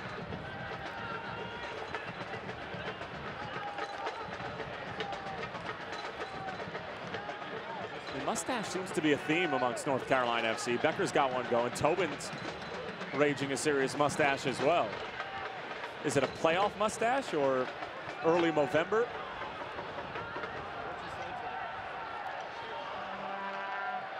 The battery on the electric razor right now.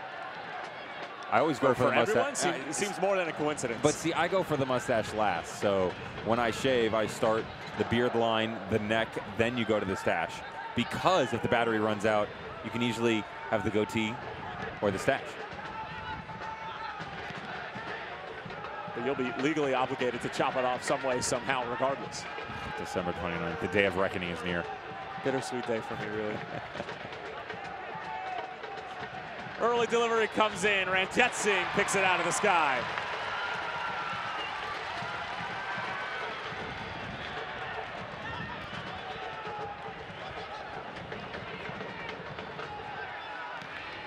Good step from Williams. Getting stuck in.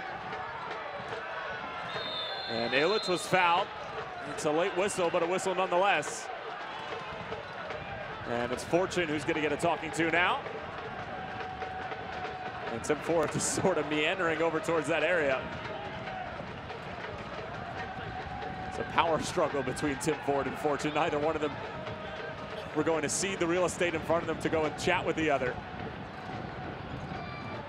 It's quite like what you see out of Zlatan Ibrahimovic. There's a great video floating around where he's done it multiple times, but referee's asking him to come, and he says, "Nope, you come to me. I'm not going over there. I know what awaits my future." He's only doing that in the MLS, though. Oh, he's done it overseas. He's done it overseas. Absolutely, yeah. With the Swedish national team as well. You've got some kind of confidence in yourself to pull it. The Swedish national team or the Zlatan national team? The Zlatan national team. Fair enough.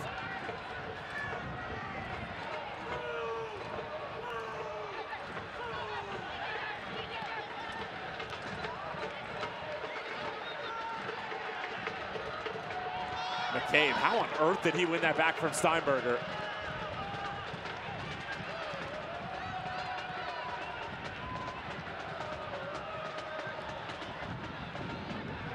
Dangerous ball in the middle of the field. Somehow Speedy keeps his balance, stays on his feet, and gets it away. Illich slips. That was the cause for his poor delivery out to the wing. Jimenez, challenge, not a clean one. And frustration starting to boil over for NCFC. This time it's Steve Miller called for the foul.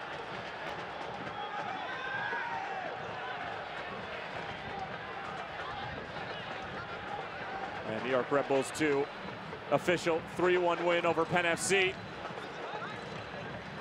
And now Red Bulls 2 on 49 points. Level with Indy 11. Ombi won't be able to get there and commits the foul.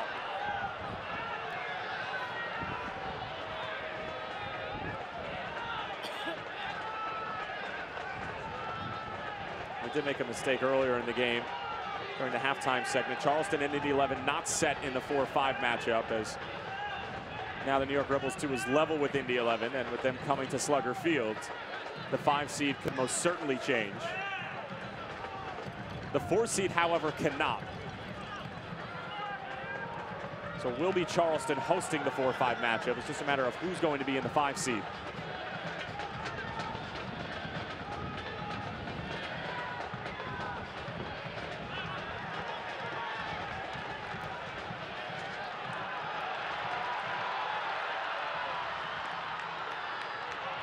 Couldn't find Lancaster.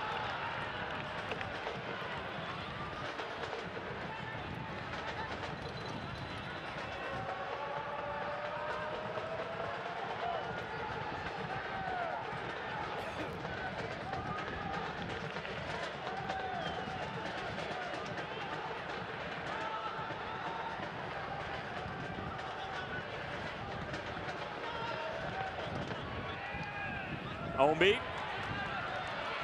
On a word for Jimenez. Did he keep it in play? He thought he had for a moment.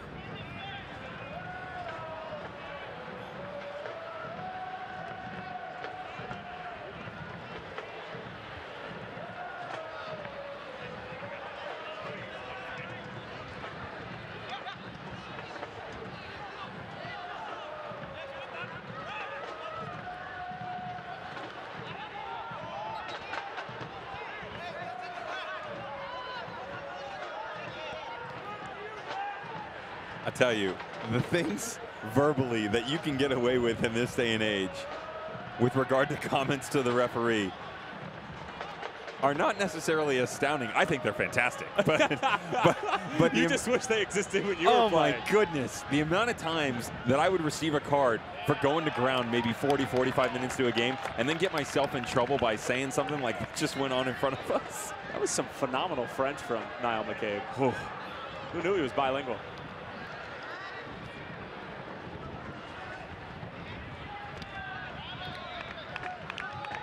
I'll tell you what, though, he usually is in the thick of that, especially with the fourth official. Oh, yeah. I don't think anybody berates the fourth official harder than Niall McCabe. Del Piccolo has some solid words, too. That's true. He gets in there as well. It's all with love, though. Illich couldn't win it back. Omby can. And Illich will just shield it out of play. Devin, in about 8 minutes, can we start to see a very desperate Colin Clark-Stein start to open things up? I don't know about desperate. Obviously, they're looking for points, but you know, the run of play has been much different. You can see the midfielders from Louisville City starting to have their way. Davis the fourth. Trying to have his way with Tobin out wide.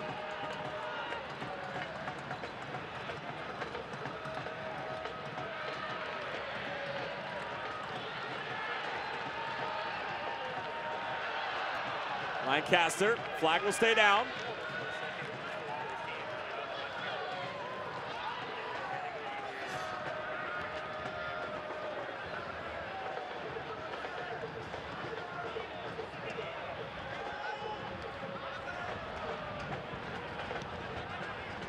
In for Illich.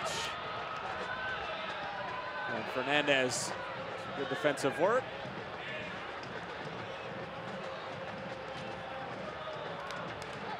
Great ball in by Jimenez.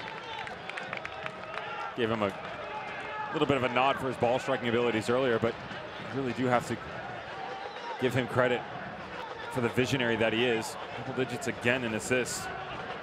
Another season, another walk in the park for Oscar Jimenez. And this is why right here, Speedy Williams has been fantastic in the middle, and he's allowed those overlapping runs by Jimenez and Kyle Smith, which we didn't necessarily see in the first half. A lot of it was just Ownby and Davis in one-on-one situations. You've seen the outside backs much more active here in the second half, as well as the interchanging play in the middle of the park. It's been trouble for NCFC.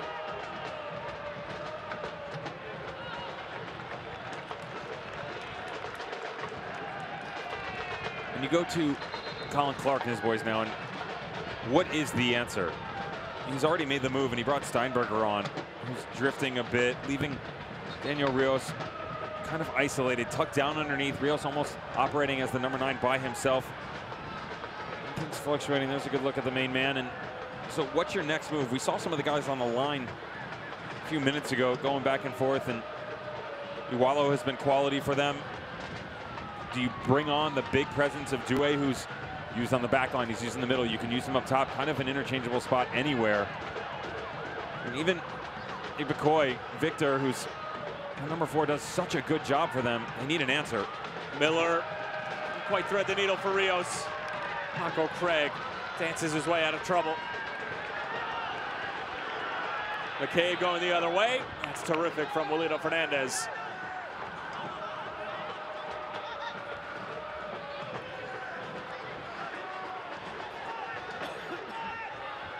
Fernandez was literally playing in number 9 for Logan Paws last year at Orange County. Transformed into a center back as Rios could be on his way. Daniel Rios taken down from behind. That's as clean of a tackle as you'll see.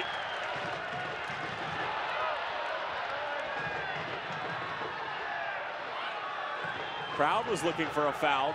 George Davis IV played it quickly, hoping the referee was just playing advantage. And to your point, Fernandez, it gives you an idea of exactly what Braden Cloutier has been able to do out there and turn that entire system around. With all due respect to Logan Paul, he's a great guy. They had a good relationship, but it's definitely turned them in the right direction. Hayden Quinn, Michael Seaton, they're an impressive squad to watch. And literally, Zach Kobayashi and Richard Chaplow are the only ones who are returners and making an impact. It's an entirely new roster for the first place team over in the Western Conference right now.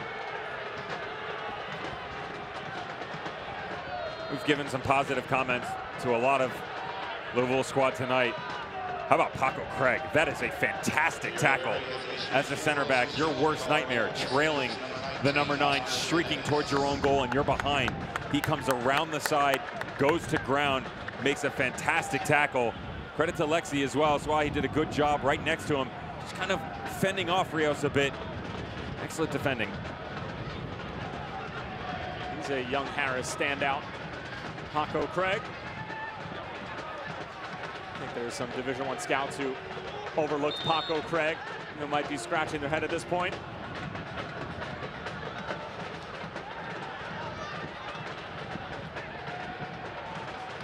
Jimenez was issued a yellow card just a few moments ago as the offside flag goes up.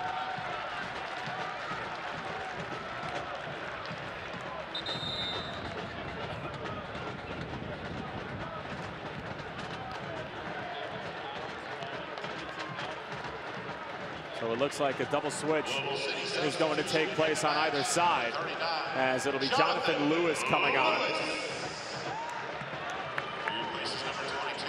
21-year-old sensation from Plantation, Florida. And it's going to be Owalo coming on and replacing Andre Fortune. And Lewis will replace George Davis IV.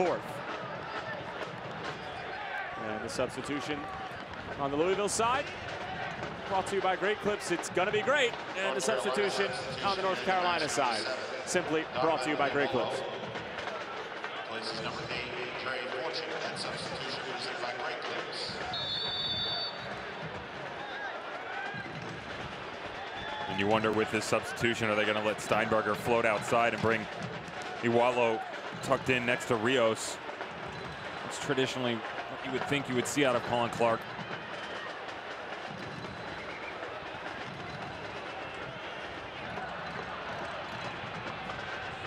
Speedy Williams gives it away in the middle of the park. Now it's Steve Miller who assisted on the Daniel Rios goal that gave NCMC the lead before Cameron Lancaster scored his terrific 23rd goal of the season, setting the new bar for single season goal record in the United Soccer League.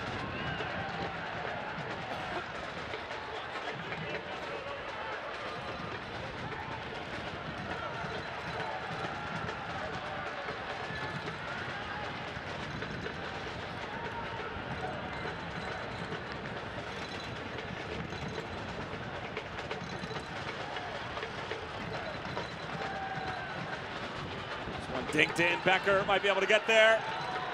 Contact, but no call. Paco Craig again on the scene defensively.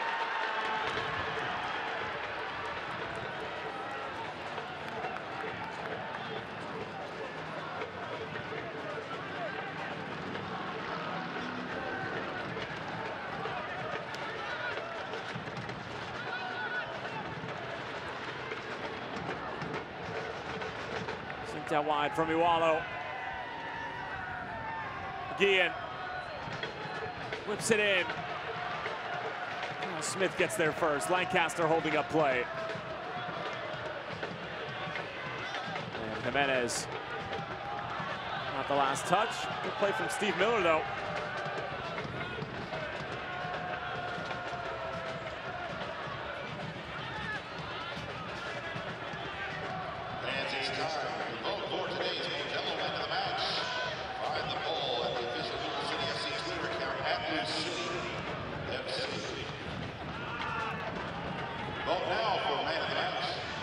Owalo still loose in front. The bicycle kicked attempt. Well, you could just tell from the reaction of the Coopers that Zach Steinberger didn't exactly make connection with the ball. Hasn't been his MO recently. He's been a closer for them. NCFC is not out of this by any means. Louisville City has backed off a bit, and North Carolina is starting to find a bit of form down the stretch here. Colin Clark thinks that he's made the right moves, and so far they've definitely progressed down into the final third. Haven't really seen any movement of them in the second half. It's been all Louisville.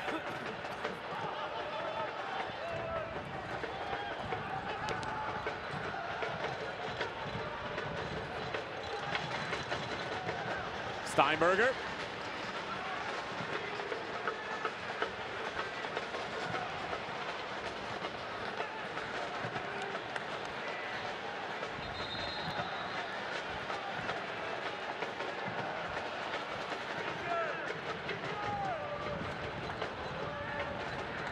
How about the ball that ends up, just drops in front of Iwalo, comes to the back post, pops up. McCabe trying to get stuck in, and that'll leave a mark. Head bouncing off the turf, right on the edge of the grass and turf.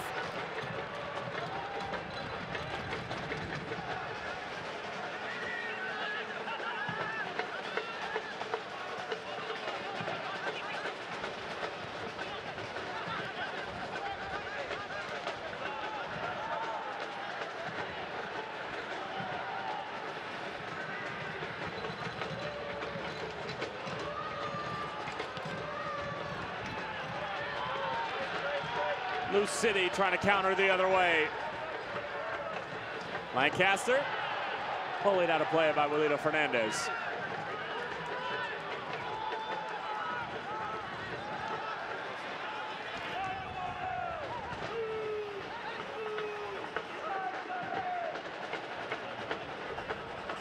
Play is certainly slowed down.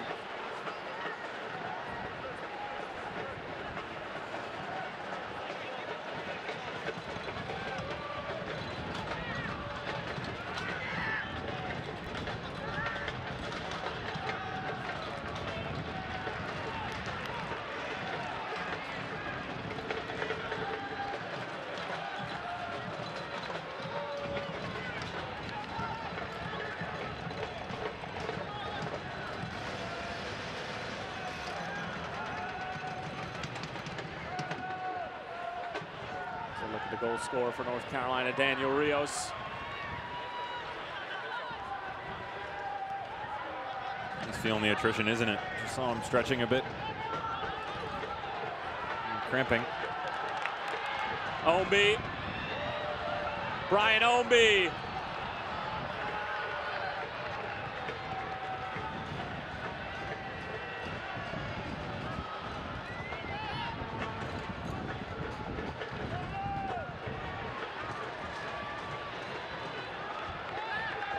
Goal kick coming up, and Devin, if you're either one of these teams, are you happy with this result the way that it's staying right now? No manager's ever happy with a tie.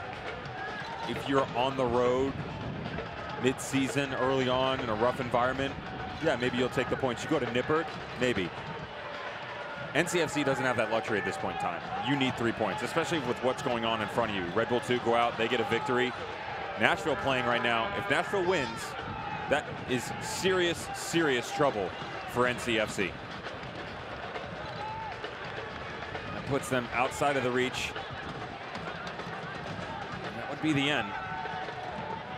So right now, if you're Colin Clark, you got to figure out a way to kick it back into high gear.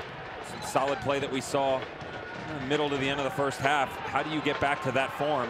If you're Louisville, you're not discouraged by the tie, but you'd really like to keep that distance between you and Pittsburgh. Jonathan Lewis, it's terrific skill. He went for it himself, though.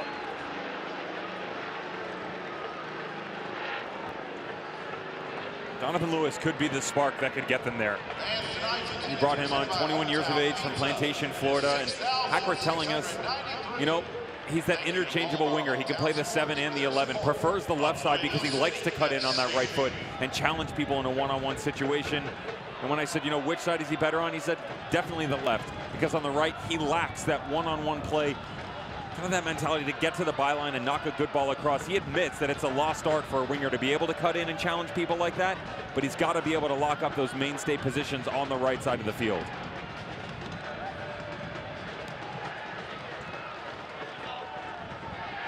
Ownby couldn't quite win it from DJ Taylor.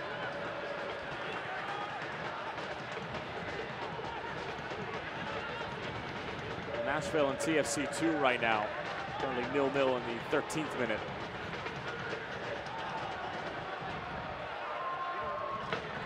Tobin trying to stretch the field. It's a great ball for Steve Miller. He knocks it across. It gets all the way through until Alexis Suahi able to clear it out of any further danger.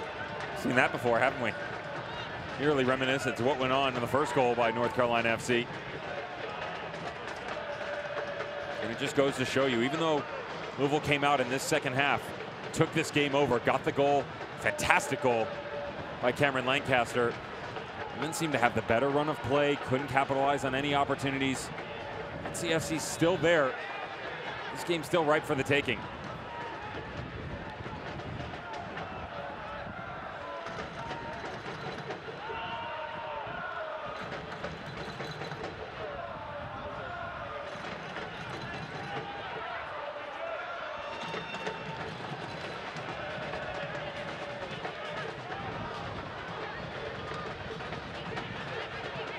Taylor.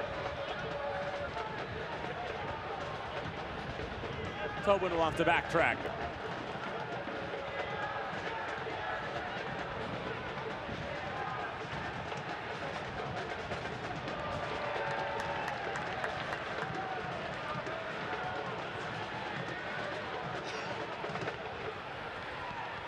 Tonight's next level nutrition game-changing play came in the 71st. Once again, Jimenez being put to the test.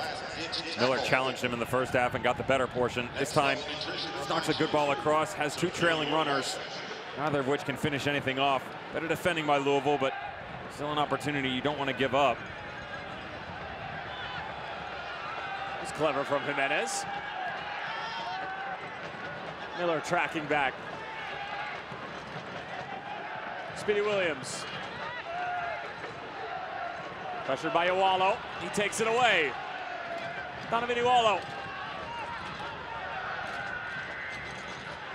Becker. Iwalo again. Good delivery. The header straight at Ranjitsingh. Devin, you're nodding your head in approval. It's good ball movement. Felt like Iwalo, when he cut it in, should have hit it with his left foot and put something on frame. But Becker did a good job holding up play, made its way back out. And good service into the box.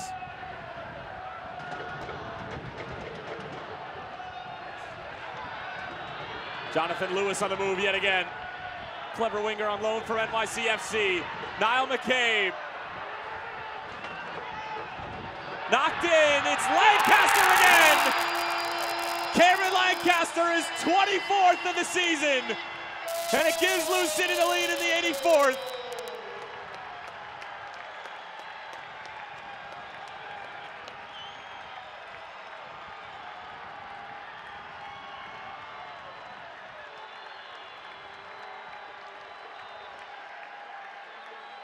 Not as pretty as the first one. But I tell you what, if this could have been done in a more spectacular fashion, you show it to me. Lancaster gets his 23rd early on. Illich gets the double-double club. And now they're just looking for the victory lap. 23 for me was for Lancaster. 24 for you, Louisville. Records were made to be broken, and the boys have been good tonight.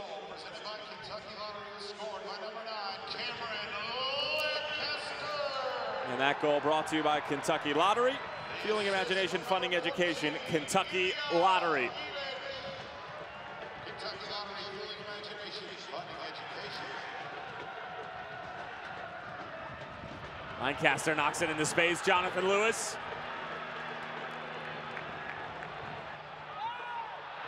Calling for a foul at the edge of the box, and Lancaster might have a case, but the case will not be heard by the judge, jury, and executioner, Tim Ford.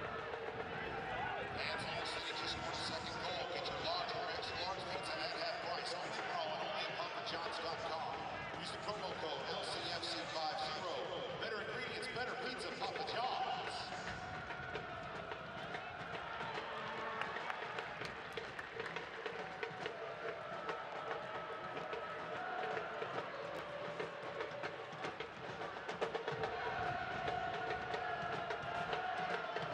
Miller.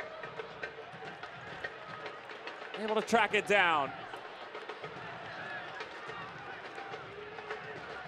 Tonight's Modelo Man of the Match, voted by you, is number 9, Cameron Lancaster. Man of the Match is presented by Modelo Especial, a bottle Mexican beer.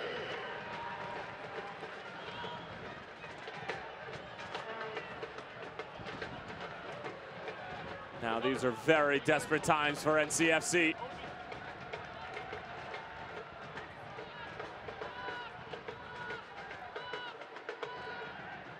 We're getting word that Sean Tosh at the bottom of your screen is getting ready to come on for Brian Ownby.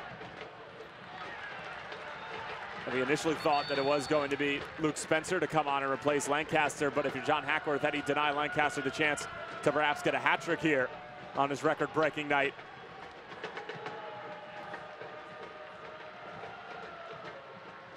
As Tosh will make his way out onto the field, replace Brian Ownby, who had another solid shift, still trying to find his form yet again. Coming back from injury, and the substitution brought to you by Great Clips. It's gonna be great. Definitely not the best from the Beard, but you have to give him credit. Defensively very sound, still lacking in the offensive third. Rust still prevalent, but that'll come with time. And Brian Ownby just back for a few short weeks. And that's at most.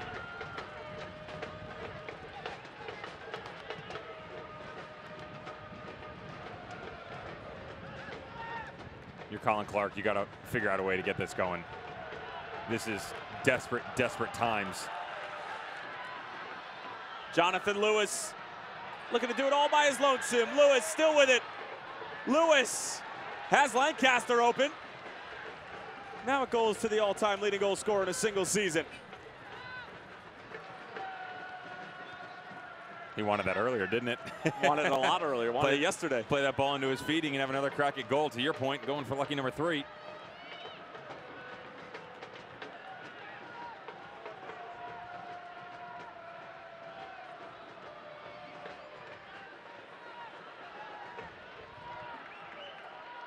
McCabe drags it to the corner wisely. What a special night for him, making his 100th appearance for Lou City alone. And it's just amazing to think, because George Davis IV got his 200th overall, but to have 100 appearances for one club, and a club that's only been in existence since 2015, just goes to show the steady play of Niall McCabe. And he's basically been averaging about 25, 26 appearances a year. And in a daunting schedule like this with so much travel and a season that spans basically 9 months, it really is truly remarkable.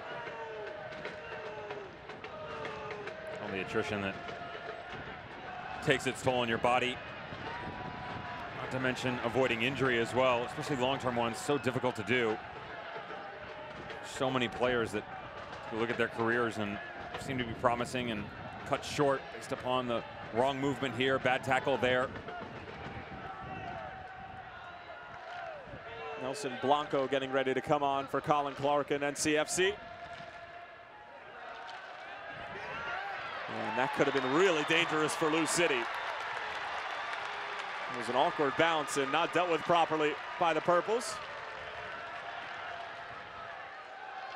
Rios had a look, didn't he? Paco Craig let this bounce, was shocked as center back was doing it, but Felran Jetsing was going to come get it. He was right. It was close. Well, unfortunately for Daniel Rios, almost doesn't count. North Carolina substitution in the match, number 99, Nelson Blanco. And it will be Blanco coming on and Steve Miller coming off. That substitution presented by Great Clips. And the substitution brought to you by Great Clips.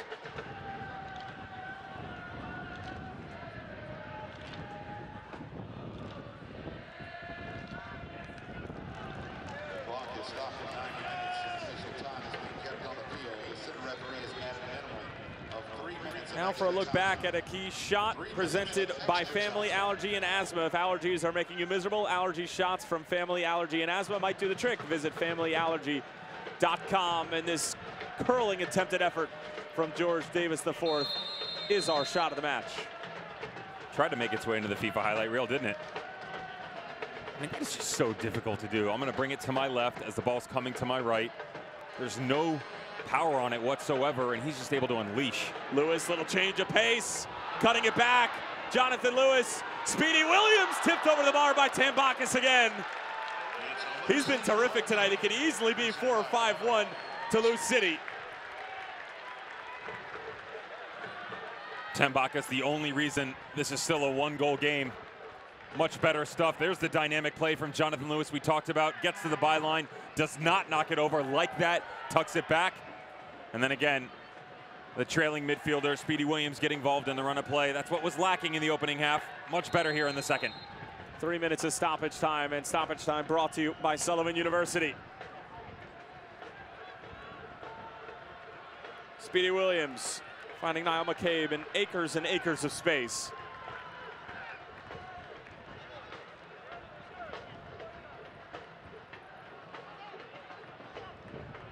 Paco Craig around a couple defenders, looking like a striker rather than a central defender.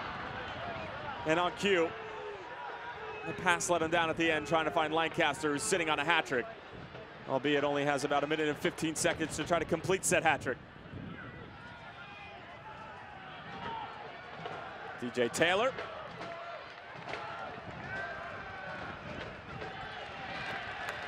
And a goal kick for Lou City. And a big round of applause from the Lou City faithful. There's Niall McCabe with some more terrific work on a historic night for him.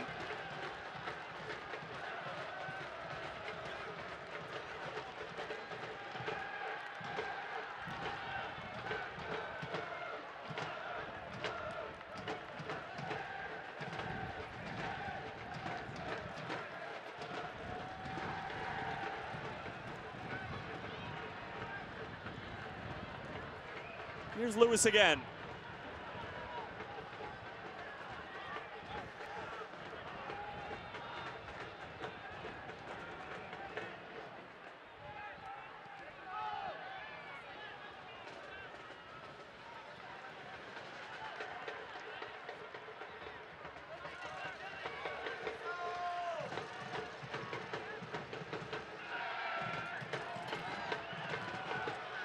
Thumped away by McCabe, and that might just do it. Full time, Lou City FC. 5 points clear of the Pittsburgh Riverhounds, and Cameron Lancaster breaks the single season goal scoring record and then some. A brace on the night. He's got 24 goals on the season. And Lou City FC with a massive win at home against the desperate North Carolina FC side. Colin Clark and the visitors need a lot of help in the last weekend of the USL regular season. Cameron Lancaster needs very little help when it comes to scoring goals, although his teammate Ilya Illich setting him up for his second and getting his 10th assist of the season, joining that prestigious double-double club. As it is a night to remember for Cameron Lancaster and Lou City. A huge 3 points at home as they will head into the final game of this season. 5 points clear of Pittsburgh for the number 2 seed. We're headed to the post-game show. Don't go anywhere. We demand a lot from our trucks. We work, play, and practically live in them. Now, it's Toyota Truck Month, and Toyota has a great truck that's a perfect fit for you. Like the fun, fearless Tacoma, with the best resale value in its class. During Truck Month, get $1,000 cash back on a built in the USA Tacoma, or lease one for just $269 per month. Toyota Truck Month. Find your perfect fit. Toyota, let's go places. Our GE appliances come with a, you can't choose your neighbors, but you can choose your premium finish. Ooh, you got the black stainless. Sleek, thanks. I need your help with the backsplash. There are lots of ladies at Miss Bennett's. Oh, that's nice, sweetie. Maybe something stone or... 3 pizza guys just showed up. Now the pizza guys just took off their shirts. The most premium finishes, so you have the most choices. Another way we make good things for life. At Dr. Mark Leonard Associates, I focus on taking care of my family, but I also focus on taking care of your family. We firmly believe that you've got to give back. Our primary goal is to do what's right for the patient. If that means glasses, contacts, or treating an eye condition, we will be sure you get the care that you need. We want to take care of you the same way we take care of all our families. our family. And here at Dr. Mark Lynn and Associates, we're focused on your family, the community, and most importantly, your vision.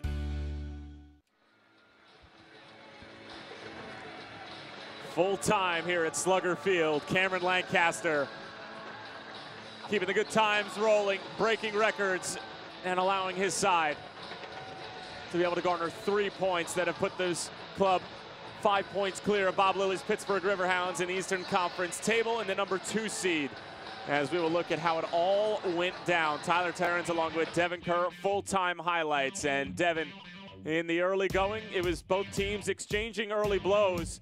And then eventually it was some really strong work from Steve Miller and Daniel Rios scoring his 18th goal of the season. You knew there was going to be a change at halftime, but in the opening 45 minutes, Colin Clark's boys had the better run of play in the final third. They looked dangerous.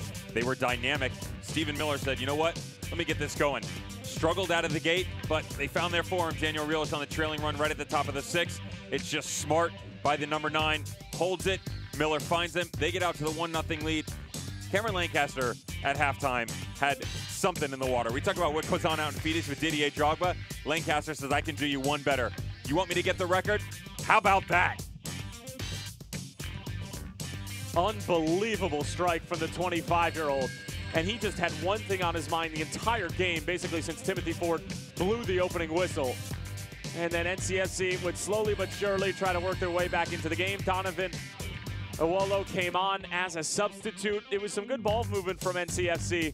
And then it would be Ilya Ilic finding Cameron Lancaster, #24. Ilic getting his 10th assist of the season and joining Aiden Quinn and Manu Ledesma. This season alone joining the double-double club. All 3 of them have joined Irvin Parr as the only players to do that in the modern era of the United Soccer League. A couple boys on the back end of that conversation who might have something to say about it in the future with some work to be done, but you know, he brought on Steinberger and brought on, well, I really thought they were getting some momentum back into their corner.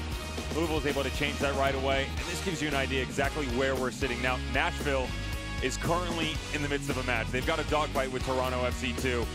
We mentioned New York Red Bull 2 earlier on. They get the 3-1 victory, so they did their job.